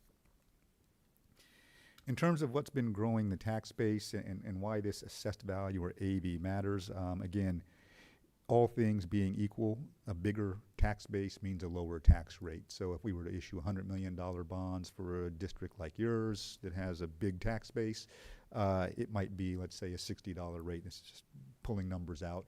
A smaller district with half the tax base of yours would require a $120 tax rate to achieve that same amount of bonding capacity or bonding authority. So with that, bigger tax base does help you, and growth in assessed value that keeps those tax rates stable over time, maybe even declining. We encourage conservative growth assumptions. We generally will not look at anything above 4% in a community like yours. I'm more partial to keeping in mind that Prop 13 gives you 2% a year for most properties. How much turnover do you have? Usually turnover is worth about another % in most districts. You guys have a little bit of a higher value tax base, a lot of older owners, so when your properties turn over, it tends to move the needle a little faster than most other communities. But we would encourage a 4% growth rate. For reference, on average, 20-year growth rate of your tax base, 4.85%, and that includes the Great Recession years. The 10-year average is closer to 5.59%. So 4%, I think, is a very safe number for your community. Again, strong tax base is very important, helps make sure that your assertions to voters and things can all be kept, keeps tax rates lower, makes the investment of the community more affordable as it's spread out across a broader base. There are also fiscal responsibility requirements with all of this, which includes making sure that you look at those opportunities to refinance. We have been in touch, despite us not being in front of you, with staff over the years to highlight what's coming up and when. On those refunding opportunities, we last did that in 2016, I believe. And conservative growth assumptions. Do not stretch growth assumptions. Sometimes it seems like, oh, I can raise more if I assume faster tax base growth. That can get you in a little bit of trouble because if it doesn't happen, you violate tax rate promises. If you violate tax rate promises, you can't actually access the rest of your bonds until you're back below that statutory limit under Prop 39 of $60. So always better to be conservative. As I remind people, you'll do projects, and in 10 years' time, there'll be new projects that have to be done. So to stretch for an extra million here or there sometimes will burn your goodwill for that future program. It's not just about today's problems, but also setting a pathway and a course for long-term sustainability of our campuses. And then keeping rates below voter estimates. Again, it's just a lot easier to talk about when you kept your promises to your voters. Things to consider when we design a new bond program. I always say it starts with the projects, and that is the most important thing. What do you need to get done? It's not about how much can we raise. It's not about how little can we raise. It's about what do you need to get done, and we figure out how far we can go down that pathway. So with respect to the funding level, really assessing the total project needs, having a good understanding of where the district is going, both short-term and long-term on projects, maximizing the available resources. You should never be in a position where it's just the bond supporting your projects. There are other resources to seek out, such as state aid. I know state aid can be catch as catch can when it gets paid, but being on a wait list does mean you get money back, and it is important to leverage your community's investment so that they understand it's not just them fixing the schools, but you working within the confines of what the state provides, philanthropic donations, whatever you can to cobble together that mix, including grants, to achieve those visions and minimize the investment by your taxpayer. With respect to the tax rate, we'd like to keep things affordable, but we do find ourselves sometimes balancing these competing goals. Love to raise more, but that requires more tax rate. More tax rate means fewer people say yes. We could also raise tax rate potentially to raise more, but if we get locked out of that tax rate, we can't raise it all. And so looking at all these things, there is a fine balance that we kind of have to create by staying within the legal limits of the tax rate while getting as much as we can done as efficiently as possible. And then there's also just meeting the voter expectations. Back when you go back to the 2000s, kind of at the nadir of funding, when we had kind of our Prop 13 issues with budgets after 15, 20 years of surviving with skinnier budgets year by year, people started looking at new revenue measures, various entities. And so back then, a tax bill might have your 1% and maybe one measure. Today, the school has a measure, maybe two in some communities. Some even have 3 or 4. Within Monterey County, that's not uncommon, especially with new development areas. You have a mosquito district, you have a community college district, you have a city. So over the years with Prop 13 limitations, more and more individual things have shown up on the tax bill. Just creates taxpayer fatigue. They see more and more stuff on their bill. Gives them more of a reason to say no. So making sure that you're meeting your voter expectations, they clearly understand how this investment benefits them and why it's a worthwhile investment is important to do. Finally, repayment terms. The best loan is a loan that you pay off the next day. Has the least amount of interest, right? You take the money, give it right back. Doesn't cost you all that much. That's great, but if you have a senior citizen community that's more concerned about the annual cost of paying a bond, you may want to stretch it out further. But the further you stretch out a bond, the more interest it accrues over time. And so it's finding that fine balance of having the right amount of annual payment while not overburdening individual taxpayers, and then having a payment stream that's survivable over those longer term periods of 20 to 30 years. Accountability and oversight. Really, this is about protecting the taxpayer investment, and the Howard Jarvis Taxpayer Association was instrumental in the formation of Prop 39s. There are a lot of features within here that includes that Citizens Oversight Committee, which is an independent committee that reviews the expenditures and ensures that you did what you said you were going to do on that project list. It's actually very prescribed in California. There are 7 distinct roles. Most communities you can find 6 of those roles. There's almost always a vacancy on those committees because there's usually one role that can't be filled, but it usually includes things such as parents, member of the business community, member of a taxpayer organization, things of that nature. There are also those annual financial audits that have to be done. Those are done by independent auditors, just like your district-wide audit you see every year. There's a specific audit done of the projects and the bond funds themselves, and a performance audit carried out on those as well. So there are some audit requirements. And then you must do public reporting each year that you expend bond funds. The Oversight Committee is supposed to report out at the end of that year, after that year, about those things. And we actually encourage that. It's part of what we think gets forgotten about with a lot of these programs, is that this shouldn't be a, hey, we're talking about it once, okay, it's done, and now we don't say anything. It should be an ongoing conversation where you're rolling out and highlighting those projects that were completed so that when it does come time in the future, it becomes clear what is a bond to the community, why it has value, and people will remember because they saw that presentation where they did discuss the projects. And really, at the end of the day, that is what these bonds are about, benefits to the community. We do that for this purpose. And so educational excellence is an important thing. I've been at a few board meetings recently, and I've heard some great stories from presenters here. Really, it's about creating those modern learning environments and also making sure we have the most up-to-date technology and infrastructure with health and safe and healthy schools. And that, generally speaking, improves student outcomes. There's a lot of studies on that. If you have good facilities, it takes one of the impediments to great performance out of the way. It's not a guarantee, but it certainly takes one of the impediments out of the way. And I think many learned during the pandemic period just how valuable technology can be from the standpoint of allowing multiple modes of education for various students. So It's something we always want to focus on, and that is the basis for these bonds in reality is the educational outcomes. There is the economic impact to think about as well. You do create jobs with this. Those jobs are local in your community. While you will be increasing property taxes with a bond, you also increase property values with good schools, and so there's sort of a trade-off there. You also attract families and business and can strengthen the local community with such bonds. And it is important to note that these facilities that we build with these bonds are a community resource. Many of these facilities serve the broader community in multiple ways, whether it's a library, an athletic field, or a performing arts center.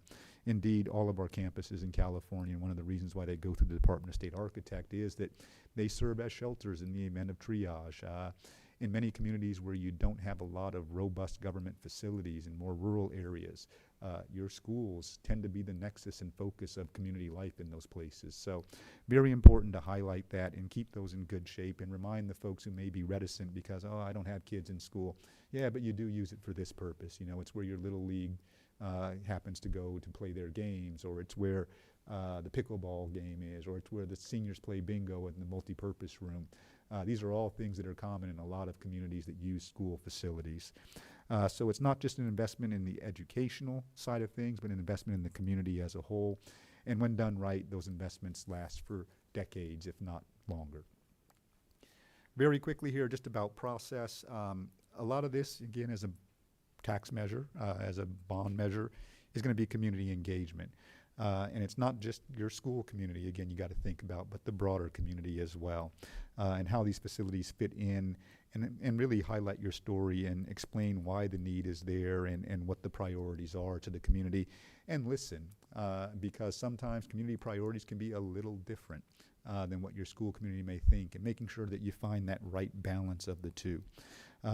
Doing a facilities assessment, conducting a comprehensive evaluation of what you have, developing those project lists, figuring out what needs to be done, figuring out what that's going to cost. Once you have those ingredients, you can really put together a financial plan and start to make some assertions about what you can do and when it will be delivered. People are very keen on that. They will evaluate not on the end performance, but on your ability to keep your promises as you go along. That's an important piece.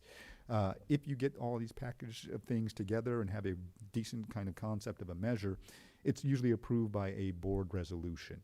And that board resolution under Prop 39 does take a supermajority. At least 4 of the 5 members must say yes. From there, it is community outreach, and it's important to note that once you've approved a resolution, the district itself is precluded from advocacy on a measure. So your community outreach is really going to be fact-based, educational information, telling them what the project is, what the project does. You can't say vote yes on it. There's an independent citizens, independent campaign committee that deals with that under Prop 39. And if you've ever gone to any of the kind of bond symposium things or conferences, you'll hear that independent campaign committee is the important component to this. With all of that, you approach an election day and voters get to say yes, say no. And if you're lucky enough for them to say yes, then it's all about the implementation and realizing this stuff, putting the sticks in the ground and getting everything done so that they see those investments come to fruition. One of the things we always encourage people is if there's quick projects that can be done that are high visibility, do them. Do 1 or 2 of those early. Just let your community see visually, okay, things are getting done. Always a good thing to do. Key considerations for districts really align with your community priorities. Make sure that the projects reflect community input and needs assessments that have been done. Having that robust planning is really important to success. Consider the demographic trends and enrollment projections. Balance out, balance immediate needs and long-term planning. Realistically, we'd love to scrape a school and build one overnight, but you can't do that. You only have 3 months over a summer to do that sort of work. So oftentimes these projects have to be phased so you can continue the normal school operations. So making sure that planning is solid is important. Being financially responsible. Really use conservative assumptions. Don't stretch too far. You will have another opportunity, another bite at the apple in the future, I promise. Maintain strong credit ratings through good fiscal stewardship, something this district has done for a number of years. Keep that trend up. Consider those refinancing opportunities. We've done all that we can on that front now. If another comes forward, we'll bring it forward. But right now, you can check all of those boxes as a district.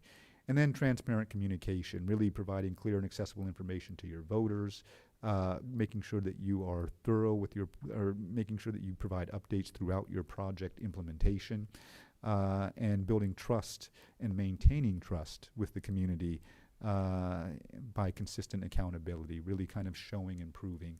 I can give you a lot of anecdotal stories. My favorite one is a Peninsula district, really struggled for a number of years, did one bond, showed something. 2 years later, got approval for another bond.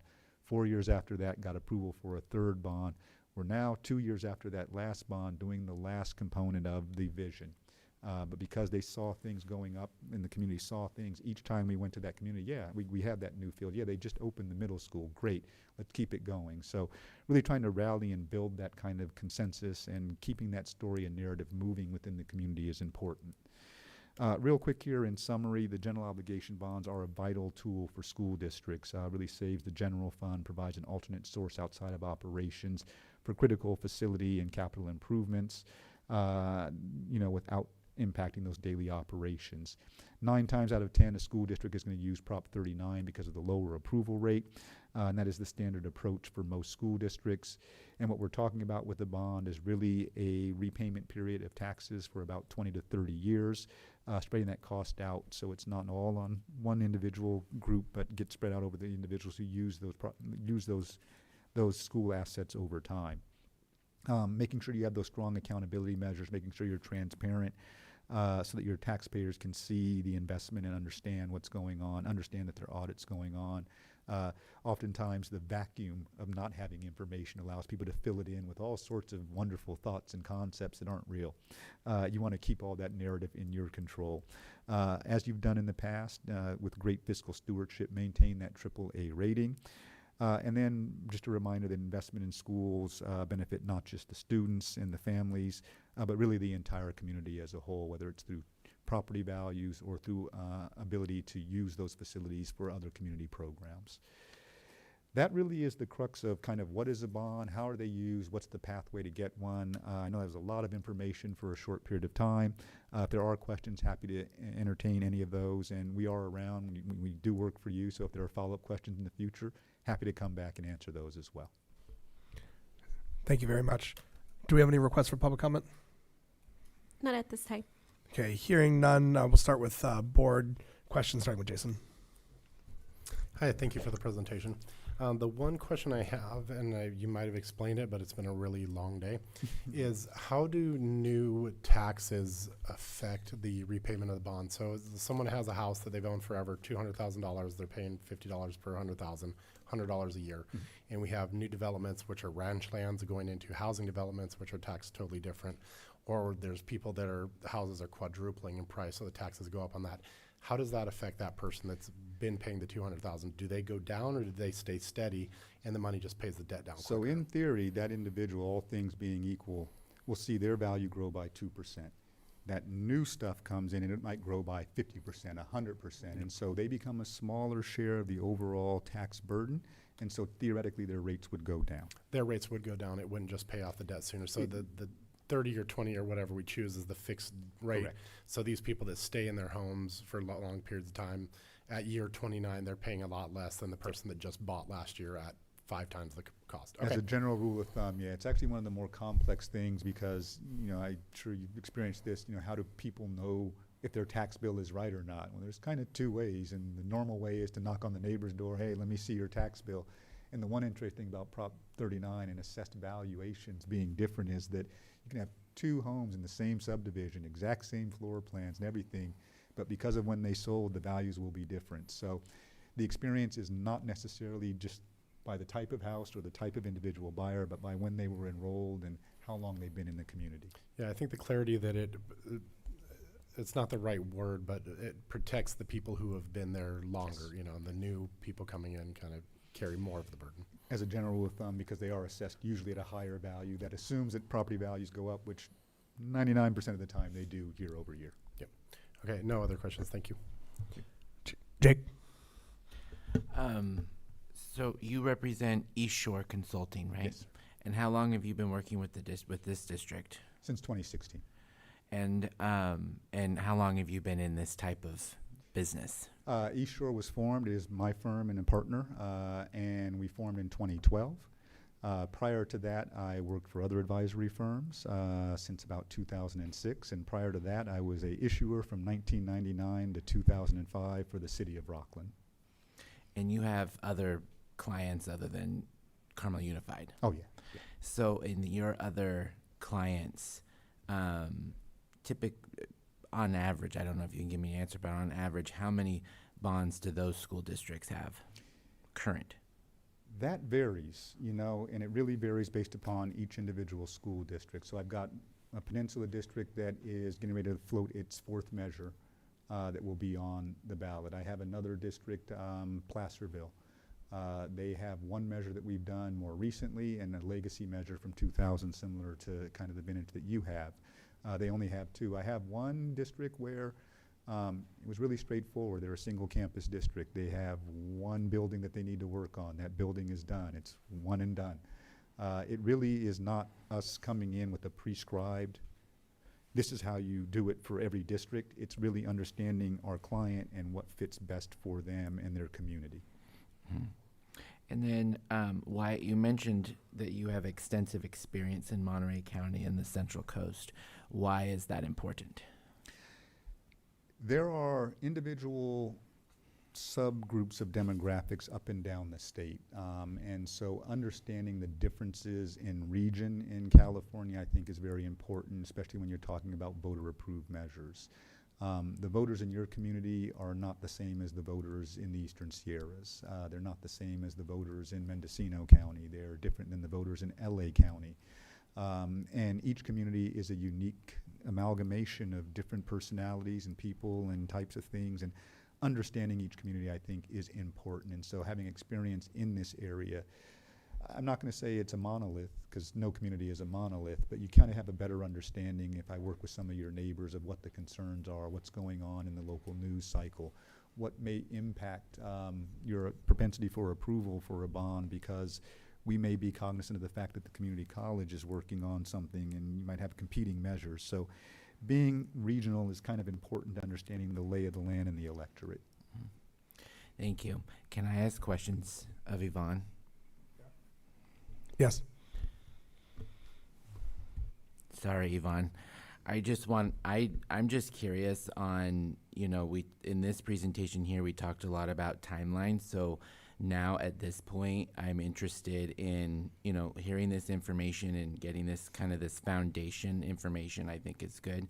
But now, I'm interested in where we go as a district next, wanting to understand what is the actual cost going to be with the updated facility master plan that we've been working on.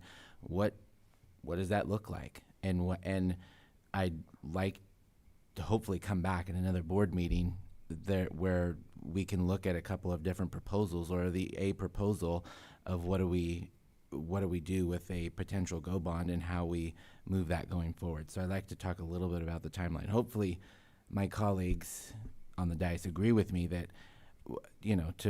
to really take that next step and understand what a proposal is and what a proposal looks like specifically for our district and with our updated facility master plan.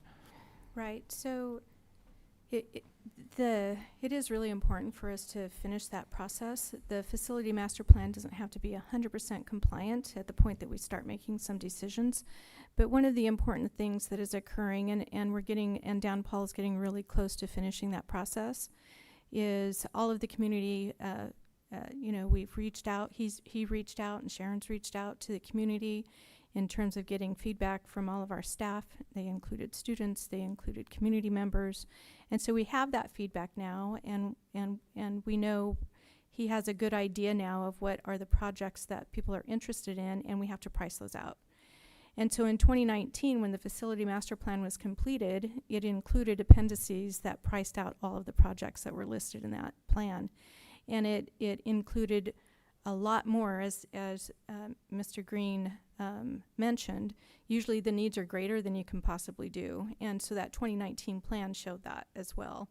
Since then, there's been inflation, there's been cost of construction that goes up, and so we are engaged with a firm to update those projections. And so what you'll see, what I'm hoping that you will do is provide some interest in terms of us continuing that process. We'll bring back a list of projects that have dollars to them, and we'll begin that process of prioritizing. So that can happen as early as March. And one of the key things that we have to head towards is that resolution that Shin was talking about. That resolution would have to be approved by the board and provided to the county elections office by early August, like August 10th or 7th, something like that.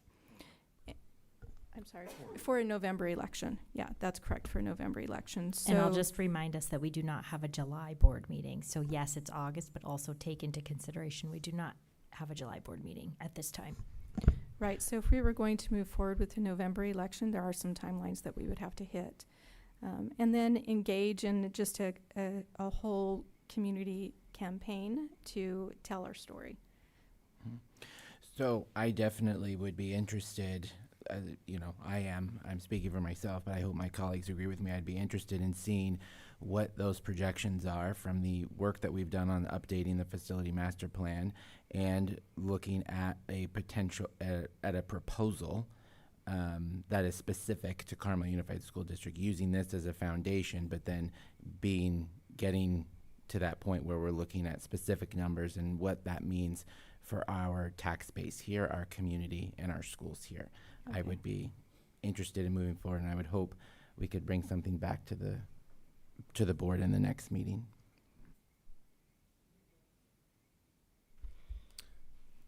I'll just chime in and say the board is welcome to give direction tonight for staff to come back at a later meeting with whatever it is that you as a board desire to have as a next step. That's completely fine. It's an informational item, but you certainly can request that staff return, and we can take it up with agenda setting about doing that.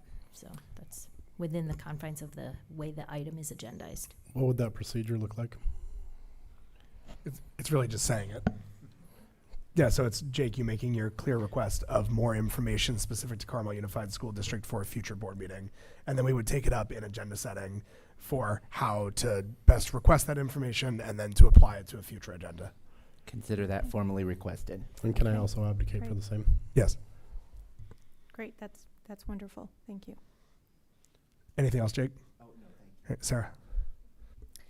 Thank you, Shin, for a thorough presentation. I appreciated the information that you presented, and I think a lot of this information is really important for not only us as a board to understand and digest, but also for the community as well, since, like you mentioned, it has been about 2 decades now since we've issued a bond. So I feel like this was a great overview. I just have two quick questions. I did have a similar question to Jake. Based on the time frame where we last issued a bond until now, I was also wondering if there is sort of a cadence with school districts in doing bond measures. And I know Carmel Unified is special. I know we're basic aid. I know we have a very specific community. So I think you answered that, unless you want to add anything else. But as a general kind of peanut butter norm, I like to say every 10 years, and Okay. it's not just because it's a round number, but it's also kind of a time frame where if we just think back historically, every 10 years we kind of have something new with technology, something new with curriculum, something that changes kind of the requirements for a school, whether it's new square footage requirements, things of that nature. And that tends to align pretty well every 10 years or so. Okay, that makes good sense. Thank you. And then, I also wanted to highlight in your presentation when you reviewed what the key characteristics that bonds can fund. I think that's also really important for all of us to consider and sort of let marinate as we're working through the facilities master plan, because I think knowing what types of actions and projects rather that the bond can support, it really provides a lot of synergy to the facilities master plan and helps us connect the projects and the bond together. So thank you for reviewing that. And then my last question, and maybe you said this somewhere somehow, but if a school district passes a bond in a November election, for example, how quickly are the funds available? So I know you mentioned, yes, so I'll let you finish my sentence. It's my favorite one because this is one I always like to answer. The general public is of the belief that, on November Tuesday, there's an election, and they generally believe that on Wednesday there's some truck that starts out somewhere up in the north part of the state, and they're throwing the bond money out to each of the districts. That's not how it works. You actually have to issue each one. Okay. And so you only issue as needed. So you look at projects. So if you approve, let's say, and use a round number, your $100 million bond, but we only have $50 million to deal with over the next summer. We only issue the $50 million. We hold the rest in abeyance, so that way you're not paying interest on the expense of the additional money you don't need now. So we split things up into what we call series. So if you do a $100 million bond, depending upon your project kind of cadence and how quickly you can move, if you can do 50 million a year and you have 100 million approval, it's kind of let's issue it all, get the money today, get it done in the next 2 years. It's a 3-4 year window. You kind of split it up into multiple pieces. And in total, once you get to that total amount issued that the voters have approved, you're done. Okay, that's excellent information. Thank you. Appreciate it. Rita, do you have any questions? Yes. This was a really good presentation. I'm sorry I couldn't be there in person. I'm probably going to have more questions after digesting the information that I heard today. So thank you for offering, contacting you in the future when I get back. I was looking at slide number, the bond election process, I think it's 15 or 16 out of 18.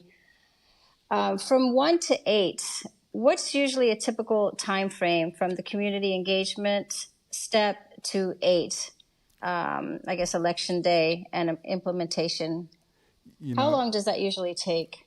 So what I would say is if you're starting from ground zero, our happy place, our comfort place is generally speaking 12 months, but you guys are not at ground zero. You have a facility master plan, and honestly, that's one of the hardest pieces of it is figuring out what needs to be done, doing the look-see at all the schools, getting that communication and feedback at the campus level.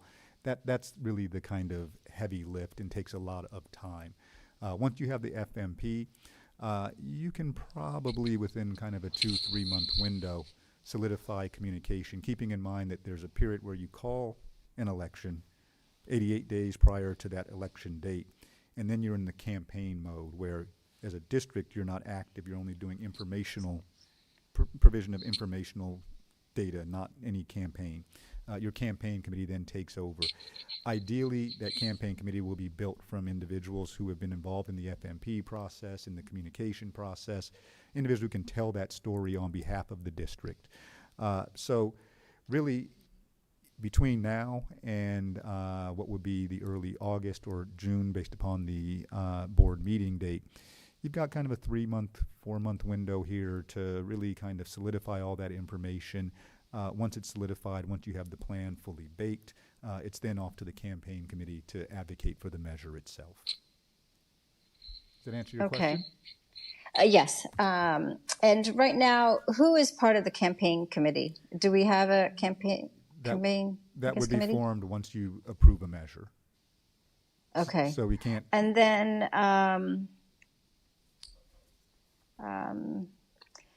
so I know we're looking at the projects, and I don't know when it comes back to the board if we're going to go through it line by line to see which projects we move forward and the dollar amounts attached to certain projects. I thought I heard it's not super clear, but I thought I heard you say, I guess the threshold for the community for like a tax increase, is it like 4%, you think? I'm not 100% clear on the question. I think if we're talking about the growth of the tax base and what we assume for that growth looking into the future, we would limit that to 4% for your district. Wait, okay. I have And then Jason's question was really good. So the folks that are in their home the longest, they pretty much see the smallest increase, right? Tax increase their tax based on rate- their assessed property value. Correct. They are limited as long as as long as the property is owned by the same individual to no more than a 2% increase in that value, which would constrain Okay. the tax growth to no more than 2% as well. Okay. So once I study this a little bit more, that's where my questions for the future are going to come. When I was campaigning last November, no one was really talking about a bond, but some folks were talking about a bond while I was on the campaign trail. And I got mixed reviews in the community, in Trustee Area 1, regarding their appetite for a bond. And so I think that is will be an important selling point, I guess you can say, maybe, to especially some of our elderly community and just some folks that are on tight budgets and things like that. And like you said, there's been a lot of tax increases through sales tax or parking or this or that. So I don't want to overwhelm our community with increased taxes. So I want to be really conservative and targeted with what we need to do at the district, and going to our community for more tax dollars. I think we're blessed to be in a basic aid community. We have a very healthy budget, thanks to our property taxes. So I want to be respectful and just make sure we don't get that fatigue that you were kind of talking about a little bit. So I need to better understand what the impact would be on our taxpayers. And I think that's it for now. I mean, mostly the timeline I wanted to know about. I would like in the future to know more targeted, I guess, what facilities, the dollar amounts attached to the facilities, and then what we're gonna be looking at to go out to the community for. So that's it for my questions. Thank you for the presentation and I guess the overview on the process. Thanks. Thank you. Jake, you have something else? I just have a follow-up to that because I understand and I hear what Trustee Patel is saying, but I think what, she's talking about impact, that's where that request that we talked about here in the room, what I brought up earlier, and what that formal request process is to really understand what those numbers are for us going forward. This is a foundational presentation on what this is. And if we go to the next step and if we are, then we start analyzing the impact. Am I correct on that, Superintendent Ovek? Yes, this is a foundational informational presentation on what a general obligation bond is. And I also just want to point out as well that we are extremely blessed, and with all due respect to the comments that Trustee Patel made, we are blessed that we're a basic aid, and yes, we have a great tax base here, but basic aid districts across the state of California does not just necessarily mean that they're good to go and they're okay. The reason that we are in the position that we are is that we are lucky that where we are. That's true. But it also stems from leadership right here in this district and the fiscal stewardship that the boards of the past, the current board, and our district leadership have implemented. And that is combined, all of those things together is what has given us the ability to be a fiscally strong district. There are basic aid districts around the state that are not necessarily as safe as they think maybe. And so we have to acknowledge that not only our tax base, but our leadership and the stewardship of this district for over years is important, and our current people who are working on this is very important in our third parties as well. Yeah, and I didn't imply with my comments that basic aid districts don't need to go out for bonds. I was actually on a former board where we refinanced the bonds. So I'm not quite understanding, I guess, what your rebuttal or, I guess, comments are towards my question. I think we need to reserve this, again, just staying focused on what the agenda item is at present, which is an overview of what a GEO bond is and the information, and that Rita, you and Jason and Jake have made kind of this formal request for more information, and that will come at a future agenda item and to be reported to us in the future. So unless there are any other questions for the presenters and related to the general nature of the obligation bonds, I will move on with further board discussion. I just have one last comment, and maybe this folds into the next presentation, but I think based on some of the comments that were made, I think there's some confusion in the way, Shin, that you were articulating either the taxation or the bond fatigue that communities can experience. From what I understood, I don't think our community is there. Because we obviously haven't issued a bond in 2 decades. So again, I don't want to rabbit hole on that, but I think in the next presentation, if you could just explain that, because I think there was a misinterpretation on what you were saying there. Understood. We have some exhibits where we can look at other comparable rates, things of that nature, that I think will give you a sense of where your district is in comparison, at least to similar districts. Fantastic, thank you. Yeah, I think that's a great response to the formal request for more information to be specific to our district. My questions were asked and answered, and I want to go to Juliet. I don't have any questions. Thank you for your presentation. Thank you for your presentation, Shin and Yvonne. Thank you. Thanks, Yvonne. Okay, moving on to agenda item 4D, Governance Handbook. I get to present this one. I prepared some comments. This will be an action item, so after my presentation, I will ask for a motion, and then we can begin board discussion. Tonight, we're proposing adoption of an updated governance handbook. While it may look procedural, this document shall be foundational to how we lead as a board. As described in the Governance Core 2.0, which I read over break, again, strong school systems are built on 3 pillars: governance, mindset, culture, and infrastructure. What we are presenting tonight strengthens all 3. Governance mindset. In our draft under effective governance, we state that the board and superintendent work together as a governance team, and that members must maintain a unity of purpose, agree on and govern within appropriate roles, create and sustain a positive governance culture, create a supportive structure for effective governance. It's what Governance Core 2.0 calls governance mindset, a disciplined understanding of who we are as a board and what we are responsible for. We are elected to represent the people and entrusted to ensure that district schools educate all students. That this district schools educate all students. This is stewardship. That is public trust. And it requires us to focus on policy, strategic direction, accountability, fiscal responsibility, and student outcomes. Our mission reminds us that it is our collective responsibility to cultivate individual excellence through the power of every connection. Governance exists to protect and advance that mission. There's governance culture. Our updated handbook affirms that effective governance requires unity of purpose and clarity of roles. This is culture. High-functioning boards create a culture where disagreement can occur without dysfunction.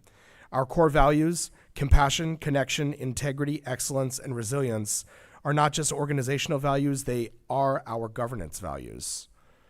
Integrity means we act with honesty and accountability. Resilience means we work through difficult issues without fragmenting as a body. Connection means we listen carefully to our community while governing responsibly. Our handbook reinforces that we govern as a body. Authority rests with the board as a whole, not individual members. This clarity protects the superintendent's role as chief administrator and protects the board's role as the policy and oversight body. For governance infrastructure, effective governance does not rely on personality, it relies on structure. Our handbook provides this structure by clarifying roles and responsibilities of board members and superintendent, the governance team expectations, the decision-making protocols, the standards of conduct, processes that maintain focus on improved student learning and achievement. Infrastructure creates clarity, and clarity builds trust. Trust allows the organization to focus on teaching and learning. At its core, our handbook is not about board members, it's about students. When our governance is coherent, schools are stable. When our governance is disciplined, staff can focus on instruction. And when our governance is unified, students benefit. They benefit because the adults, that's us, have chosen alignment over division. They benefit because long-term strategy is protected from short-term turbulence. They benefit because decisions are grounded in law, data, policy, and our shared responsibility to every child. Unified governance builds institutional stability. Institutional stability creates the conditions in which excellence, equity, and opportunity can flourish for all students. Tonight's adoption affirms that we are committed to governing with our proper roles, maintaining unity of purpose, and building the culture and infrastructure necessary to support excellence for every student we serve. Can I entertain a motion to adopt the governance handbook? I'll make a motion to approve the governance handbook as presented. Can I make a edit to that motion? Yeah. So I would like to approve I would like to make a motion to approve the governance handbook as presented with the inclusion of the signature from the student board representative. I believe in everything that you just read, but I also believe that the students are our guiding light here and who we're working with. And I think our student rep is an important role that is filled, and I know that that is also explained in the handbook, so I would like to see that signature included.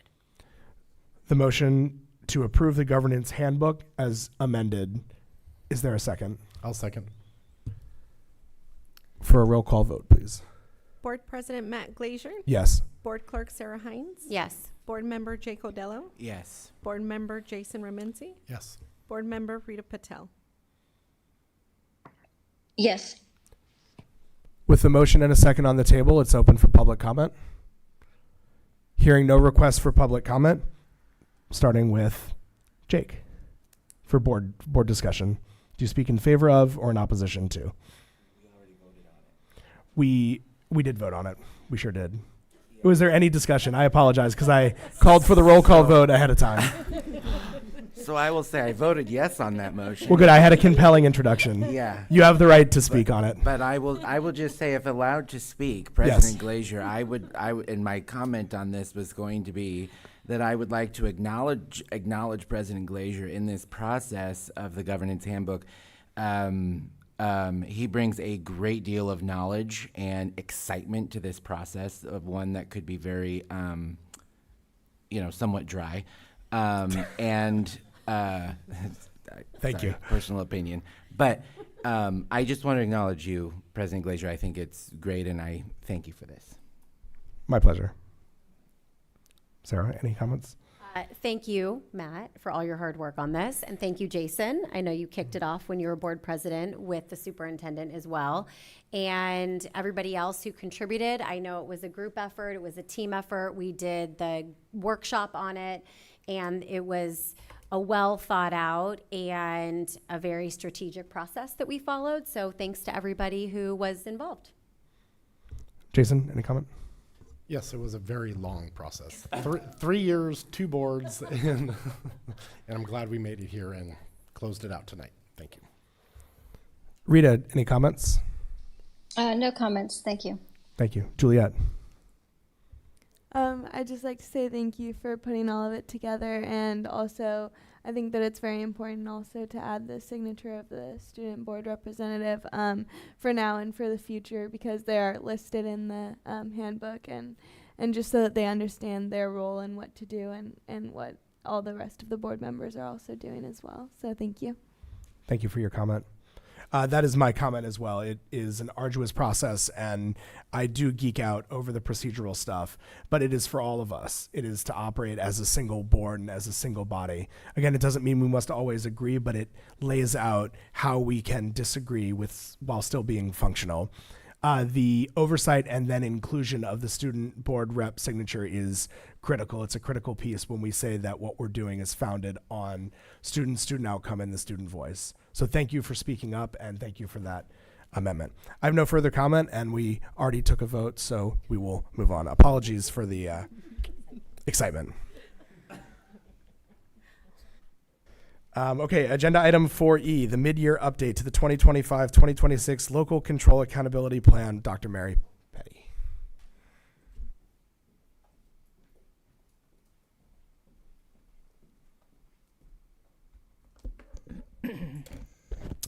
Good evening, CUSD board members. Superintendent Ofek, thank you for having me again, as always. I will try to be as entertaining as you all this evening. So I am here to present a rather dry topic, but it's very important. And actually, we learned tonight how the funding alignments to the LCAP are really important, as we saw a very human example with the AVID program, because we do have some funding aligned in the LCAP for our first generation counselor. Okay, so just as a refresher for those of you who do not remember, each year Assembly Bill 114 requires the LEAs to present this mid-year update on the LCAP and budget overview for parents annually on or before February 28th at a regularly scheduled meeting. So that is why we are here this evening before this date. The following information must be included, and that is 1, all mid-year outcome data, so all available mid-year outcome data related to the metrics in our LCAP, as well as mid-year expenditures and the implementation data on all the actions that will be reviewed tonight that are part of our LCAP. So each of our goals, there are 3 goals in the LCAP. Each of them are encompassed by several action items. So goal 1 is that all students engage in challenging, innovative, and relevant learning experiences to prepare them for college, career, and/or global citizenship. We have 7 aligned action items. I will not read through them. They're very detailed in the handouts that were included this evening. I'm happy to answer any questions regarding them, but there are 7 for goal 1. We have 4 action items related to goal 2, which is that all students will achieve personal wellness through supportive and engaging school environments. Again, just to humanize tonight's presentation in AVID, action item 2.4 I will highlight is the dollars that we have placed towards our first generation counselor for our students. Goal 3 has 3 action items. All staff will engage in valuable, high-quality professional learning that assists them in meeting the district's academic and social emotional goals. So we have 3 action items, 1 related to improving instructional strategies and supports, a literacy goal, and a mathematics goal. Action item under the goal. As you can see, we have a little over $5.8 million allocated in the LCAP for the 25-26 school year. That's what we have budgeted so far as of 12/31/2025. We have spent a little over 2.6 of those $1 million. I think it's really important and a testament to a lot of the goodness that Carmel Unified School District does is, the state gives an allocation that they say that a certain dollar amount needs to be put into the LCAP. And here in Carmel, that state threshold number is $88,000. And so I think it's important to point out here at our board meeting that our district does go above and beyond in adding general budget dollars to ensure that our students are receiving the supports that they need. Oftentimes I'm asked, what are next steps in the LCAP process. So after this evening, we have actually already started LCAP engagement sessions. I've already been to Captain Cooper and to Larcitos. And in addition to that, I'm already reviewing action items with leaders who are in charge of ensuring that programs and people are being utilized properly. And then finally, I will be back in June to bring forward the new LCAP for the following school year, which will be year 3 of the 3-year LCAP.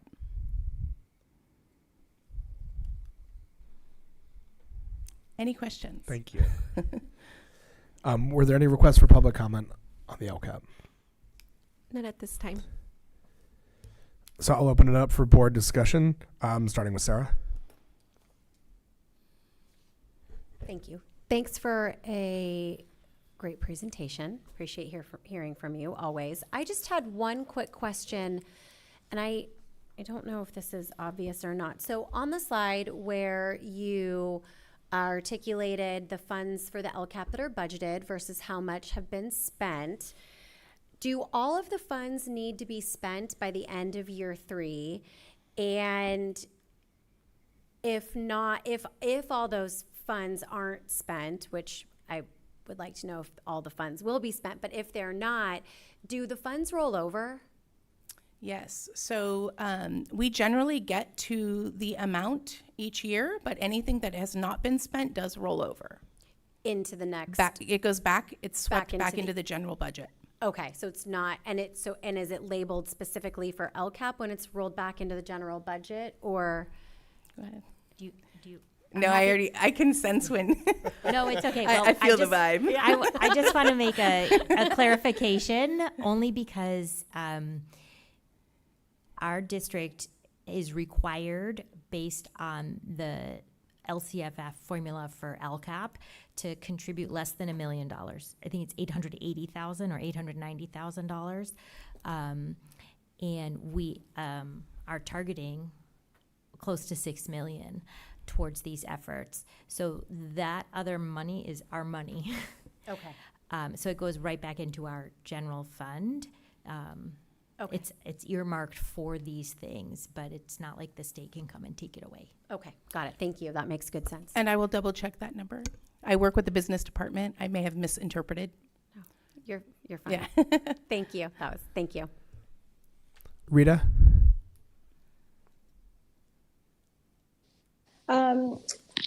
Yeah, thank you for the presentation and including the mid-year metric and the mid-year expense attachments. They were really helpful, and a lot of detail on there to review for myself and also for the public. And I have no questions at this time. Thank you. Thank you. Jason? I have no questions. Thank you for presenting tonight, though. Thank you. Jake? So the LCAP, I'm gonna go. The LCAP is really, it is targeting what type of students? So the LCAP is primarily for our unduplicated students. So our students who are socioeconomically disadvantaged, our EL students, and our foster homeless youth. We also do include specific targets for our special education population as well. So the LCAP is targeting, is it safe to say that the LCAP is targeting some of the highest need students? For sure. District? And the state says, and I hate to reiterate this, but I think it's important to understand, the state says that for our district, we need to, our target is somewhere under $1 million to Yes. provide services and support for some of our most highest need students in our district. Correct. But it's based off the percentage. But our district chooses, we choose, because if the Superintendent Ofek said this is beyond that threshold, it's our money. Well above and Correct. beyond. So we are choosing, this district chooses to spend well above and beyond the state threshold to support some of our highest needs students. And essentially those are services for those students to strive to be as and give them the best experience that we can in terms of academic support and school experience. Yes, service, program, and personnel. Thank you. Juliet? Thank you for your presentation. I have no questions. Thank you. Thank you. This was an information-only item. No action would be taken at this time. Thank you. Agenda item 4F, Child Development Programs Proposed 2026-2027 Fee Schedule with Yvonne Perez. Yes, thank you. So this item before you tonight reflects our annual review of preschool and before and after school programs and the tuition rates that we charge. We bring this forward every year in February to ensure that families have timely notice for the upcoming school year. Operating costs for these programs continue to rise. It includes whenever we give increases on salaries and benefits that affects this program. And it supports, the increase supports, the supplies that we have to purchase for the program as well. So without periodic adjustments, the program deficit increases and requires a larger contribution from the general fund. This is not a self-sustaining program, and so this helps offset some of that additional cost that goes towards that contribution. The recommendation before you is a 5% tuition increase for the 26-27 school year. This adjustment helps offset the rising costs, as I mentioned. It also helps us maintain high-quality programming and keeps our rates competitive with other local providers, as reflected in the comparison that was attached to the agenda item.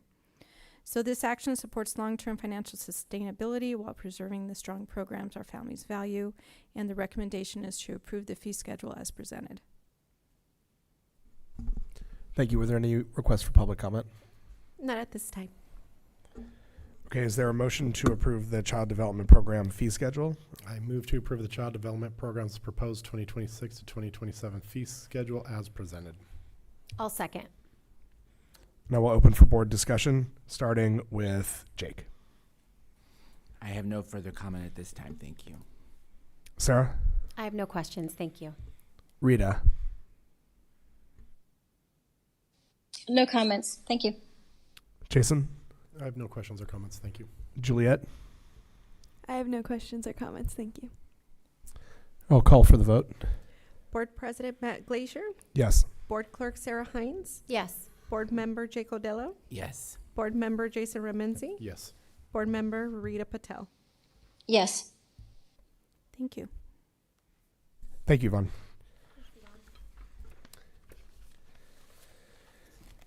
Agenda item 4G, CUSD Forward Mid-Year Snapshot with Superintendent Sharon Ofek. You're not standing up there. Do you want me to? My bad. Ooh. Sorry, everyone. Apparently sitting this long makes it hard to move. I am happy to present to you just a mid-year snapshot this evening. We have been diligently working on the approved strategic plan with regard to implementation and what that might look like. And I interestingly enough, I was recently presenting to a group of folks participating in a leadership program and referenced the strategic plan here in Carmel. And one of the questions afterwards was, how do you go about implementing such a big plan? We have 4 focus areas with a combined total of 22 strategic objectives that we're working on accomplishing over the next 5 years. So my answer, hopefully, I was told that it was a good explanation, so hopefully it will be helpful to everyone here tonight as well. But how are we doing that? So we're using some frameworks, as I like to call them. So with regard to implementation, obviously when you have 22 strategic objectives over 4 different focus areas, you don't want to have everything launching at the same time. And it doesn't even necessarily make sense. We have to think about what's achievable, what is our baseline information, data, input, what resources do we have in terms of available to us in terms of assessing progress. Is it a deliverable or is it something that we're tracking over time, et cetera? So our first conversation as a cabinet team was to talk about the phasing of each of these items. And we agreed to the following language, which is gives us the opportunity to spend some time planning, then launching, then implementing, and then monitoring our work. So you'll, separate from this slide deck, is an attachment with a phasing document that has information in it about where we think we are. In some years, it's a little interesting because you could be planning and launching simultaneously some things, but is it more planning, more launching? So we do have work that was ongoing, that was taking place already in some of the strategic objective areas anyway. So it's about assessing where we were. But this tracking document also is intended to be flexible for us to say, hey, we're not as far as we thought we would be at this point, so let's revise and let's figure this out. So that being said, we are, as a cabinet team, all in sync with using these phases and monitoring our work.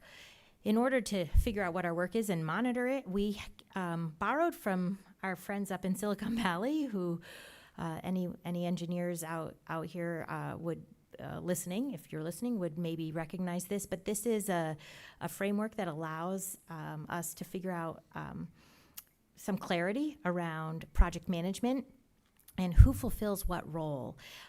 So responsible, accountable, consulted, and informed are the 4 terms. It's known as the RACI model. And like I said, we borrowed it out of, a pretty commonly used project management tool from Silicon Valley and other, the high-tech world. And we find it to be very beneficial. Every single strategic objective has identified people who are responsible, accountable, those we're going to consult, and those who just need to be informed along the way. I think it's really important to say that in terms of accountability, there's only one person that can be accountable. It's not necessarily a group of people. It's a person. And the person who is responsible is really the person who's leading the work. It is not always the person who is also accountable. Sometimes it is, and sometimes it is not. And then again, who do we need to consult? Who needs to be informed along the way as we continue moving through our work in each of these areas? So that model was agreed upon by all of us, and we studied it, and there's some really good examples of that available to us to work from. And then we created as a team what we thought would be good components to an action plan template for all of us. So we have some uniformity and consistency within our own organization about what is in the action plan. So each single action plan is basically a roadmap to take this conceptual objective into actionable steps. And as you'll see on our slide here, we are identifying for every single objective the RACI folks, who fulfills those roles, what our baseline data might be or sources of information for us to go and do some research, and where we're pulling our information. Where are we now, so we know that we're making progress. And then action steps determined for each of the years. And we want to be able to monitor our progress as well, so that baseline data also has a way for us to circle back and monitor whether or not we're making progress, which leads me to the most important element, in all honesty, is being flexible and nimble and making sure that our teams who are working on these objectives have the opportunity to say, that didn't work the way we thought it would, and it's okay if we go back and edit and revise and make changes so that we can get the desired outcome that we want at the end. And I think that is a really important element, because I hear a lot of people talk about strategic plans that are, when I listen, I listen very intently, their concept of a strategic plan is like this massive binder with all of this information, and it's all predetermined, and you will do these things. That is not the fast-paced, changing world we live and work in anymore. Those plans that sit on a shelf in a binder don't ever get completed, and I don't want that to happen to us. So making sure that we have teams who understand and know that, yes, this is our objective and this is what you're working towards accomplishing, but also simultaneously, if it's not working, don't keep doing something that's not working. Figure out where to look at the data, what ideas we can come up with to adjust and make those adjustments so that we can see outcomes that we're desiring. So each action plan has that flexibility. I call them living documents. And when I go, I mean, they're all in development for the most part. But when you go into some of those documents as they're being created, you can see shifts and changes as teams meet and figure out what is, what is working and what isn't working, what the data is sharing. And even if it just means adjusting your steps between year 1 and year 2, or we're moving slower than we thought we would, or we're moving faster than we thought we would. So let's adjust. So again, there's that orange box says action steps, and there's obviously 5 of them for the 5 different years. So that's where we are in terms of the frameworks we're putting into place. And I think that's a good mid-year update around most of this being mapped out and planned out. And I'll just finish with some gratitude for the support to keep moving towards accomplishing our goals. And as you see, hopefully, this school year, with each of our presentations, we're aligning our work to the strategic plan. And I think if you talk to folks, they will say that I have, if it's not aligned to the strategic plan, I'm going to ask, why are we looking at this, or why are we doing this? Because these items were highlighted by our community input as the priority for the next 5 years. So with that, I open it up to everybody for a conversation. Thank you. There were no requests for public comment on this item, so we'll start with board discussion. We'll go to Jason. Jason. You just went twice in a row. I think it's my turn. Okay. Thank you, though. The only comment I have is I really appreciate that when we have other items on the agenda, how that they're referenced back to the focus area and the objective. That I think that's clarity, and that's a good cultural thing to keep us on track, and like you said, not sticking it on a shelf and moving on or getting distracted. So I think we're moving forward well, and it's shown to be effective. Thanks, Sharon. Jake? I too agree with Trustee Remenzi, what he said about the alignment with the presentations we see and everything else. I would just add, when I reviewed this and I looked at these things, and I think Superintendent Ofek touched on it, but I do think, for context in my comments here, I find it somewhat unusual that implementation appears to occur in the first year. I understand that, and I'm looking at the COSD Forward phasing plan, by the way, and I understand that a strategic plan, and I've worked on a number of these, and I don't say that because I want to be cool or toot my own horn. I just kind of fell into those. But I've never seen where somebody's gone straight to implementation, and so I think it's important that I want to share, and I feel it's important to share that that we're not bypassing or compressing important planning or launching steps. While I understand the district may already be engaged in related work for this objective, the strategic planning process is also an opportunity to step back, reassess, and ask forward-looking questions. And I think the superintendent is doing a really good job in that. At least the conversations I've had, the site visits I've been to, these are the conversations we're happening, and these are the conversations that are happening. I've seen it firsthand, and so I just want to make sure that intent has not been overlooked, especially when I see implementation in the first year. And that's just coming from my own personal experience in doing strategic plan. I've not seen something like that before, so I felt compelled to make that comment. And so, and I know it was addressed already, so, but thank you, that was it. Sarah. Thank you for the update. I appreciate it. And I will just echo Jason's sentiment that it's impressive how all of the presentations since we approved this have all led back to it, right? So we're not used to operating that way. That's not how we've always done things here. And I think in the beginning it was like, oh, look at that. we're all aligned. We're all working towards the same thing. And so I think now it's really flowing well. And I appreciate the structure and the framework that you've put into place, because I think it's really showing how organized and collaborative the teams are all being. So thank you. And thanks to everybody who's involved. Rita? Yes, thank you for the presentation. Hello?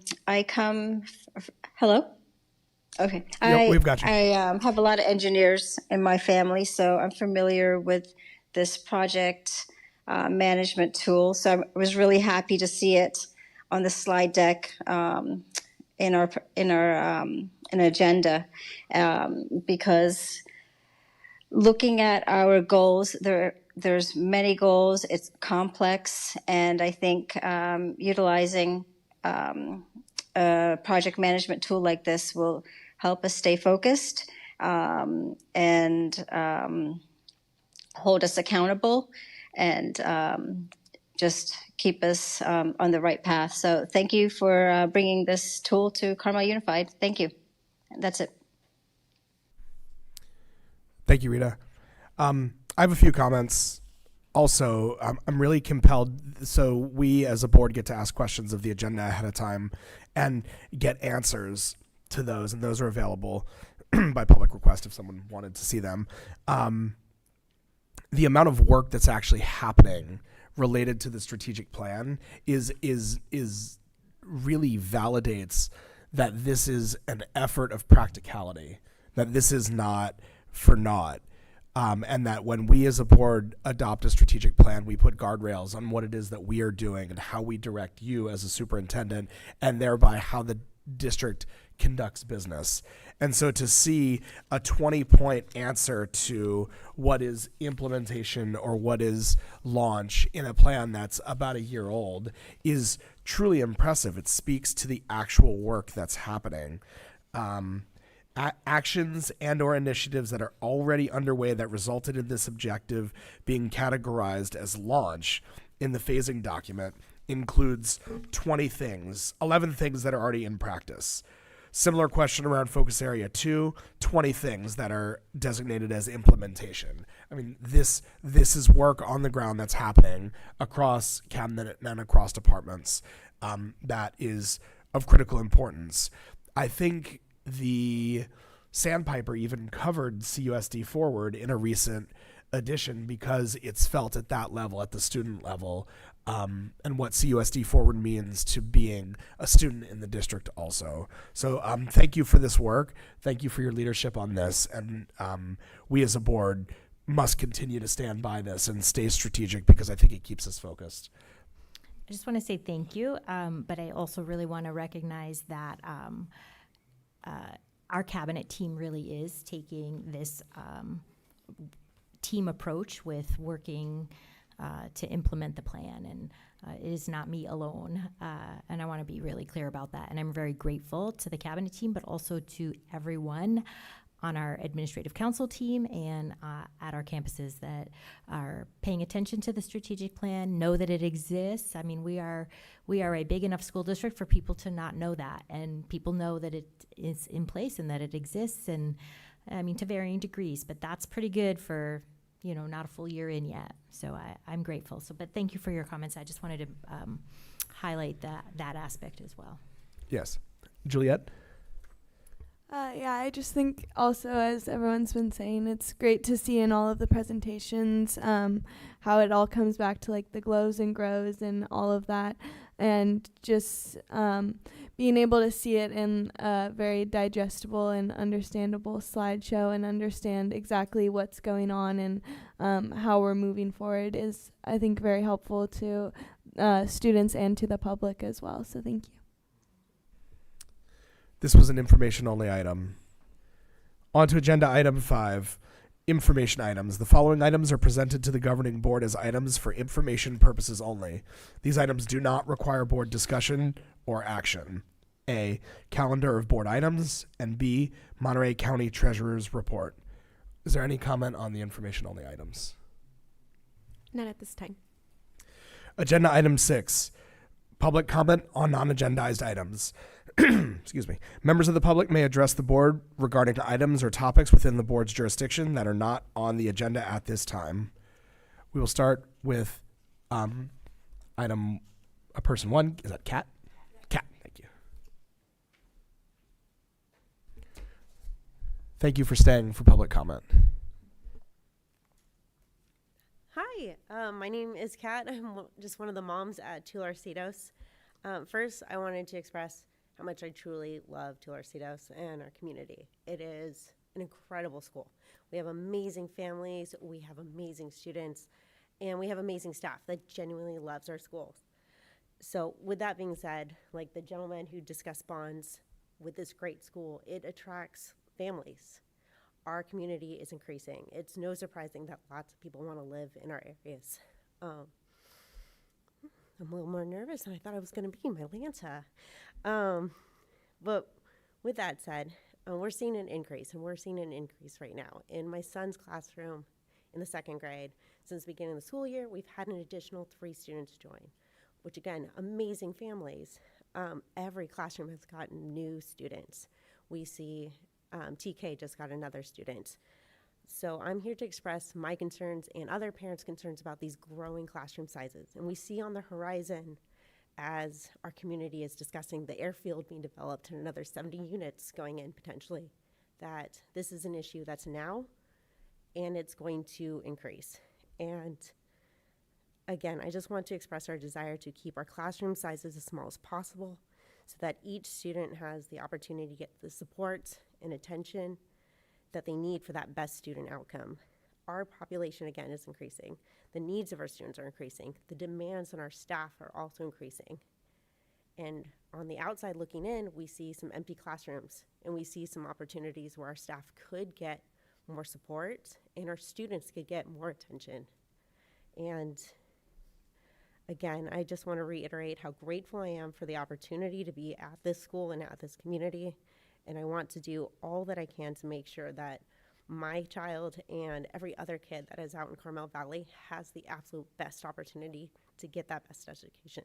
And I think that involves doing everything we can to keep those classroom sizes as small as possible and make sure, again, that the staff has the appropriate resources that they need. So thank you so much. Thank you for your comment. Are there any other requests for public comment on non-agendized items? That was it. Thank you. Item 7, the informal report, Superintendent. Yeah, thank you. This evening, I think I'll go ahead and share some of the comments I made earlier tonight and expand upon them because I'm not sure that some of our audience was here to hear them, and I want to be never hurts to repeat it. So I have this opportunity to do so, which is in my superintendent comments. I was sharing that the cabinet team has been meeting with individual site principals to start the process of looking at next year. And what I think is really important about that is that no decisions have been made about next year. We're just starting these conversations. In fact, principals have been asked to provide some information to us. It's due this Friday. So this is the time of year, as I said earlier tonight, where we are squarely in 2 years. This year, finishing it out nice and strong and doing a good job, and working in next year to try and have a smooth transition for next year. So we're well aware of developments that may or may not take place in our area, in our attendance areas, I'll say, because we serve a very vast space of over 600 square miles. But I think it's really just important to reiterate what I said earlier, that we're just starting those conversations. No decisions have been made. We're in the very early phases of it. And in fact, I believe registration for next school year and enrollment and registration for next school year doesn't open until March 2nd, which is next week. So I think that's where I am. I guess I'll add in that it is my knowledge that Carmel Unified School District is really fortunate to have one of the lowest student-teacher ratios in the state.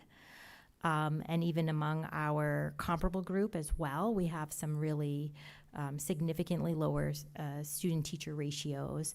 And all of the class sizes at this point, which we review, I want to say maybe even monthly in our cabinet team meetings, they are all within the range, the ideal, in the range within this document that's, I don't know that it's a document, but within a range that has been existing in this district for many years beyond any of us. I mean, I think Dan Paul's the only one who's probably been here long enough to know the origination of these class size ideals and targets, and all of our classes are within the right range within that. Nothing is even approaching the maximum level that I'm aware of, at least. And we do look at those at, I would say, pretty much monthly at this time of year. So, that's it. That's my wrap up. I just want to repeat what I shared earlier this morning, but provide a little earlier this evening, but provide a little extra detail given what I heard. Thanks. Thank you. Agenda item 8, board committee reports. These are routine committee updates from the CUSD Board of Education representatives for Community Human Services, Mission Trails Regional Occupation Executive Board, and the Monterey County School Board Association Executive Council Legislative Representative Liaison. We'll start with the Mission Trails Regional Occupation Executive Board representative, Jake Odello. We did have a meeting, and we actually, MPUSD hosted, and we got to go to the Plaza Hotel. I get these two hotels confused, but it's the one nearest the water. Is that the Plaza Hotel? Portola? No, it was at the Plaza. It was very close to the water. Anyway, students from MPUSD hosted us, and they provided the meal and everything, and we got to see some demonstrations. It was really cool. It was a very neat meeting, and then it's also what I will stress is just the health of the JPA and the continued efforts in the grant money that's coming in. It's still very good, so we'll keep reporting back as we go. Thank you. Next, we'll hear from board member Rita Patel, who is both the board representative for Community Human Services and the Monterey County School Board Association Executive Council. Okay, for CHS, I don't have an update right now, but I will have one after our next board meeting. I just don't know if the information that they shared with us, if we're allowed to make it public yet. And then as far as the county, we're going to have our annual dinner and organizational meeting on Friday, March 27th, 2026 at 5:30 is social hour, and dinner will begin at 6 o'clock. And it will be at Hartnell College, Steinbeck Hall. I hope to see everyone there. Thank you. Agenda item 9, closed session. Before adjourning to closed session, the board will identify the closed session items and provide an opportunity for public comment on the items.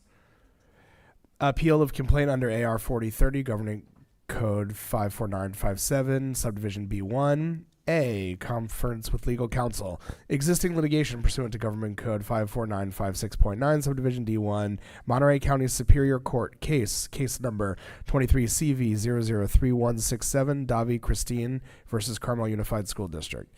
B, conference with legal counsel.